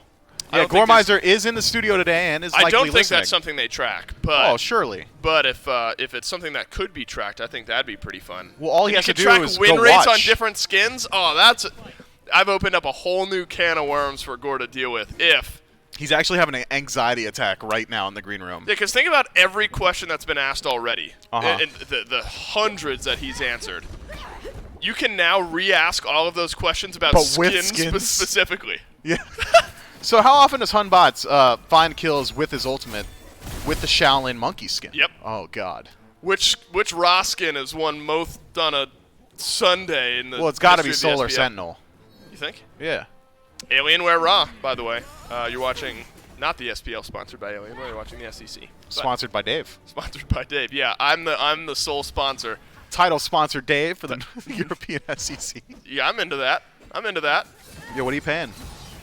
What's the gold differential right now? I'm paying the difference between Elysium and Goodnight Nick. Collusion. 2,000 gold? 2.3K. And you're giving it to Goodnight Nick? Yep. That's not allowed. No, I'm giving it to Elysium that evens it out. Also equally not allowed. Yeah, am I admitting to this live on air? Hopefully my tone is clearly sarcastic enough for this to be obvious. If this gold lead gets closed up now, yeah, right. we know where it came from. I'm hedging my bets that that's going to happen eventually. Maybe around the Primal Fury that's now spawned. Maybe around the Pyromancer that is about to respawn. But we've reached that 20-minute mark. And it's not unlike one of these two teams, Miff, to have like a 3,000 gold lead around the 20-minute mark. I'd say it's expected at this point. It's expected, right, but it's then the game slows down. Even more? Then the gold swings somehow like slow down from that point on, and we're kind of coasting at 2,000 or 3,000 for a little while. And so maybe Goodnight Nick feeling comfortable enough with their level 20 Izanami with Rage and Dominance, but he has not finished the Dominance just yet, so there is a notable Hunter item advantage in this fight. Elysium agree, and so Angry will have to Thunder Crash away. Dharmic Pillars goes down. Big loss. It's a tough loss. That is. Goodnight Nick going to have to play very defensively now. They're counter-engaged, they're disengaged, and even the Shred on the Primal Fury going to take a hit now that Dharmic Pillars has been expended. But Elysium is a team that likes to play it slow, and Goodnight Nick is not going to take that risky play now that the ultimate is down, so instead they're trying to apply some pressure on the map. Wolfie hovering mid. Deathwalker looking for some poke on the Trix tank and maybe bites off more than he can chew as Tarim is able to close the gap. That said, neither team looking towards the Gold Fury, and Dharmic Pillars, well, it's almost back up, just about halfway now. Yeah, it has an okay cooldown. And so Emilzy, as long as Goodnight Nick, my goodness, the damage onto Angry. Oh, no. Who uses the Aegis and the Tycho drums, but you're not stopping a Tiamat. Wolfie jumps in. Still half HP though, but Trix Tank is around the back end of this one. It's a nice taunt in from adapting. Spudio puts down Wolfie. Trix Tank in the middle of the fight has to transform and leap away. Spudio will fly on out there as well, and Elysium able to trade back one. Both mid laners down. Man, Dharmic Pillars just now comes back up, and Trix Tank is isolated here after the leap. Nike shield. Could just pillar, but not required. Oh, Dharmic Pillars. Deathwalker gets the kill. Man, Nike shield is obnoxious, isn't it? You just keep getting pushed back. It's one thing if you can't walk through, but actively being shoved the other direction just makes it feel so much worse. Trix Tank feels every bit of it. There's now 30 seconds without your support, our Elysium. So Primal Fury gets started up once more. It's silence from Emilzy onto Spudio, who still is able to dash away. Deathwalker's got the knockup. And sometimes a channeled, rooted ability. It's pretty good. It's pay dirt, and that's where Deathwalker hits. Primal Fury ends up going to Goodnight Nick plus a couple kills. And now nearly 5,000 gold in the lead are Goodnight Nick at the 22-minute mark. This has been cyclical at this point. I think it's been 4,000 to 5,000, 22 minutes in, literally every single game this set. And it has not shifted. How does the Fire Twilight Giant Zone power start? play. What if I told you there was a world where... Wait, is that no? That's that other show where it's like that's a fiction. It's like where he's like you have to guess if it's a lie or not. Twilight Zone's like No, there's always the dude standing in... I'm trying to pitch it's a like Twilight Zone episode. Yeah, right. Yeah, go ahead. Keep doing that. No, I can't. No, do that in the background. Oh, Dave was right. Yeah, keep doing that in the background. I do. What if I told you there was a set between two teams where there'd be a 4,000 gold lead every single game at 22 minutes? We're in that world. The Twilight Zone. God, we're good at our jobs, man. What if I told you that gold lead did not affect who won that Fire Giant fight 22 minutes into the game whatsoever? I wouldn't believe you. Well, it's been And that's true why so it's the far. Twilight Zone. We're living in it. Goodnight Nick, though, despite a gold lead, is at a kill disadvantage. But should, I say should, with heavy emphasis on the should feel good. 6K. Right, with 6K gold in the lead around this Fire Giant. Erendite completed Myth. You wanted to see one of those at some point for Ice, as well as Spectral Armor for Deathwalker and Ice as well. Goodnight Nick have started up the FG. Will Elysium answer the call of Goodnight Nick, or will the phone be left ringing? Tarim is around the side here. Fire Giant goes quickly, and Goodnight Nick with the cleanest FG I've seen this set in 23 minutes. Trix Tank, Tarim, and Angry now hovering inside that right tier 2 tower. Spudio knows that he isn't going to be too useful on the Fire Giant defense, so instead goes for a split push engagement. That said, Goodnight Nick are pushing the envelope early on. When Elysium picked up Fire Giant in a similar spot in the last game, they went back to base. Goodnight Nick, they want more. Great engage here from Ice, who's knocked Tarim back Good by the knockup. wayside. Wolfie's got the kill. Tarim is now down. Angry will send out the Taiko drums, but the barrels roll with no target on the other end. Important to understand the gravity of this situation. Elysium are 6-0 in the EU SCC. Goodnight Nick are 3-3 and are on the verge. They are way ahead here in Game 3, on the verge of handing Elysium their first loss in this phase of the EU SCC, after Elysium were able to answer back a Game 1 loss with a Game 2 win. Dharmic Pillars forces Spudio into the airstrike. A transformation from Trix Tank, but some damage flowing through from Spudio. Still in the backside, streak up, left untouched. And the right side Phoenix goes down, as well as the Elysium support. And now might as well just keep on pushing. They've got so much time to play with. Trix Tank dead for 40, Tarim dead for 10, and a tier 2 tower. And this is still why standing. we joke sometimes, right? Because, like, in games 1 and 2, you get the FG, then you go back to base, and you kind of run it down, push it. baby. Let's it's go. working, clearly, and they're still pushing their lead. Tier 2 now being looked at by Goodnight Nick and Elysium. They know better. We can't step up here. So that one goes down absolutely for free. And what was 6,000 just a couple of moments ago is now 10,000, with Fire Giant still for another 2 minutes. Left side wave is actually pushed up, so it could be another siege here. That's a huge from gold Goodnight swing. Nick, but not this time. Instead, it is going to be a reset. And I can agree with this one. That is plenty of gold to work with, and you're going to go group up on the left-hand side anyway. I like this play. Great pace from Goodnight Nick, who have now put themselves in a commanding position.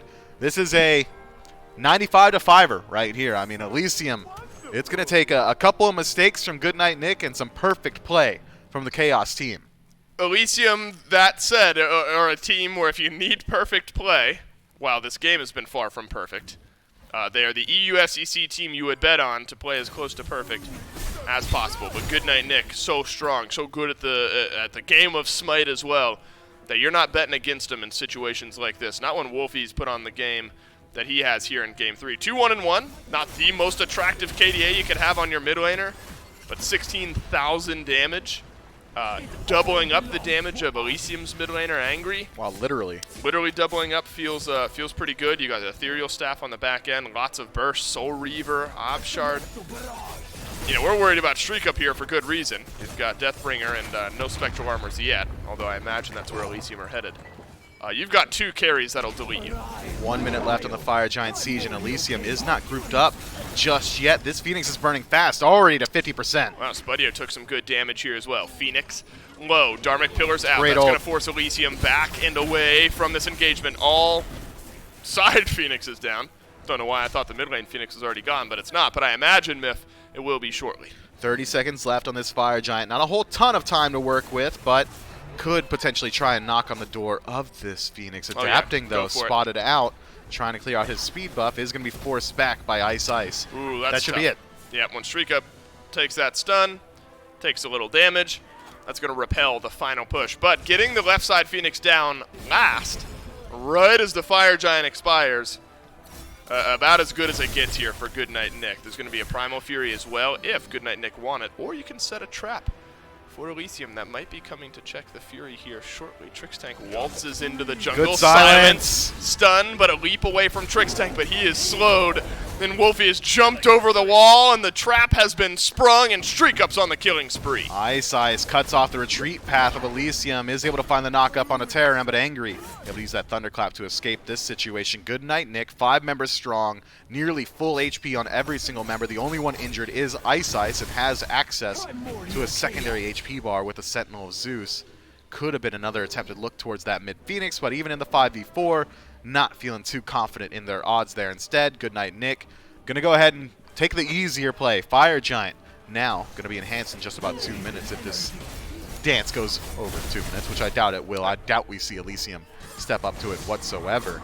Goodnight Nick, man, this is a great position to find yourself in. And again, just to reiterate, 3-3 is Goodnight Nick inside of the standings right now. 6-0 is Elysium. This is a middle-of-the-pack squad as far as standings are concerned, up against the undefeated number 1, and Elysium is looking worse for wear. Hey, Goodnight Nick, they're on easy street right now. As long as you're taking a fight, you're doing it right, it feels like. I like that. Bars. Yeah, appreciate it. Actually didn't even intend that. And I know people usually say that kind of jokingly. I actually didn't. It just kind of happened that way. But how about this call from Elysium? Maybe we do the FG before Goodnight Nick are here to try it. Transformed is Trixtank. Point Fire toss. Giant goes to Elysium, so Elysium's still alive in this game. But how much will you pay? GG. At least 2 is the answer. Spudio's still alive. Angry's still alive. Tarum is still there, so you've still got your carries, and they've got FG. But Goodnight Nick have the numbers for 40 seconds. Angry no ult, Terrarem no ult. Goodnight Nick 5 strong and 3 ultimates, 2 rather, still available to them. I think this is an easy Titan push for the boys. Goodnight Nick walk into the base of Elysium, 6-0 on the line, and Goodnight Nick are looking to put it to bed. Tarum is down at half HP. The Titan Rip. being siege. Wolfie's on a killing spree. Angry still doing some damage, but Ice has kept Spudio at bay long enough. Good night win streak. Goodnight Nick take it in 3. Convincing win. Fastest game of the set as well at 29.5 minutes. Goodnight Nick establish an early lead for the first time this set, and they push their lead much harder than what we saw Elysium do. They go towards the Fire Giant, they go towards the Gold Furies, they're taking out towers consistently and making sure that they are always posing difficult questions to their opposition. And what's it net them? A pretty convincing win. And that's a good win, right? Because if you're playing all the teams in the SCC a couple of times down the stretch, you're assuming that your games up against Elysium, your sets against Elysium are going to be losses. Now Goodnight Nick have to play everyone but Elysium, and they got the win against Elysium. They have made their lives so much easier as far as increasing their standing position as we round the corner here in this phase of the SCC. Goodnight Nick, that's our first set of the day. We've got a lot more SCC action. We'll break this one down and set up the next one right after this break.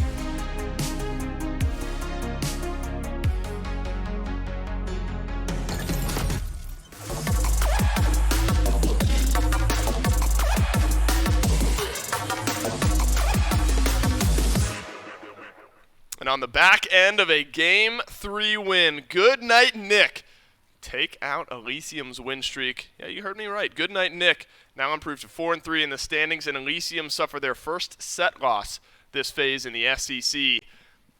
Took a little bit to get there, Miff. I mean, Game 1... Slog. Right, bit drawn out. Game 2... Slog. But it's a win for Elysium.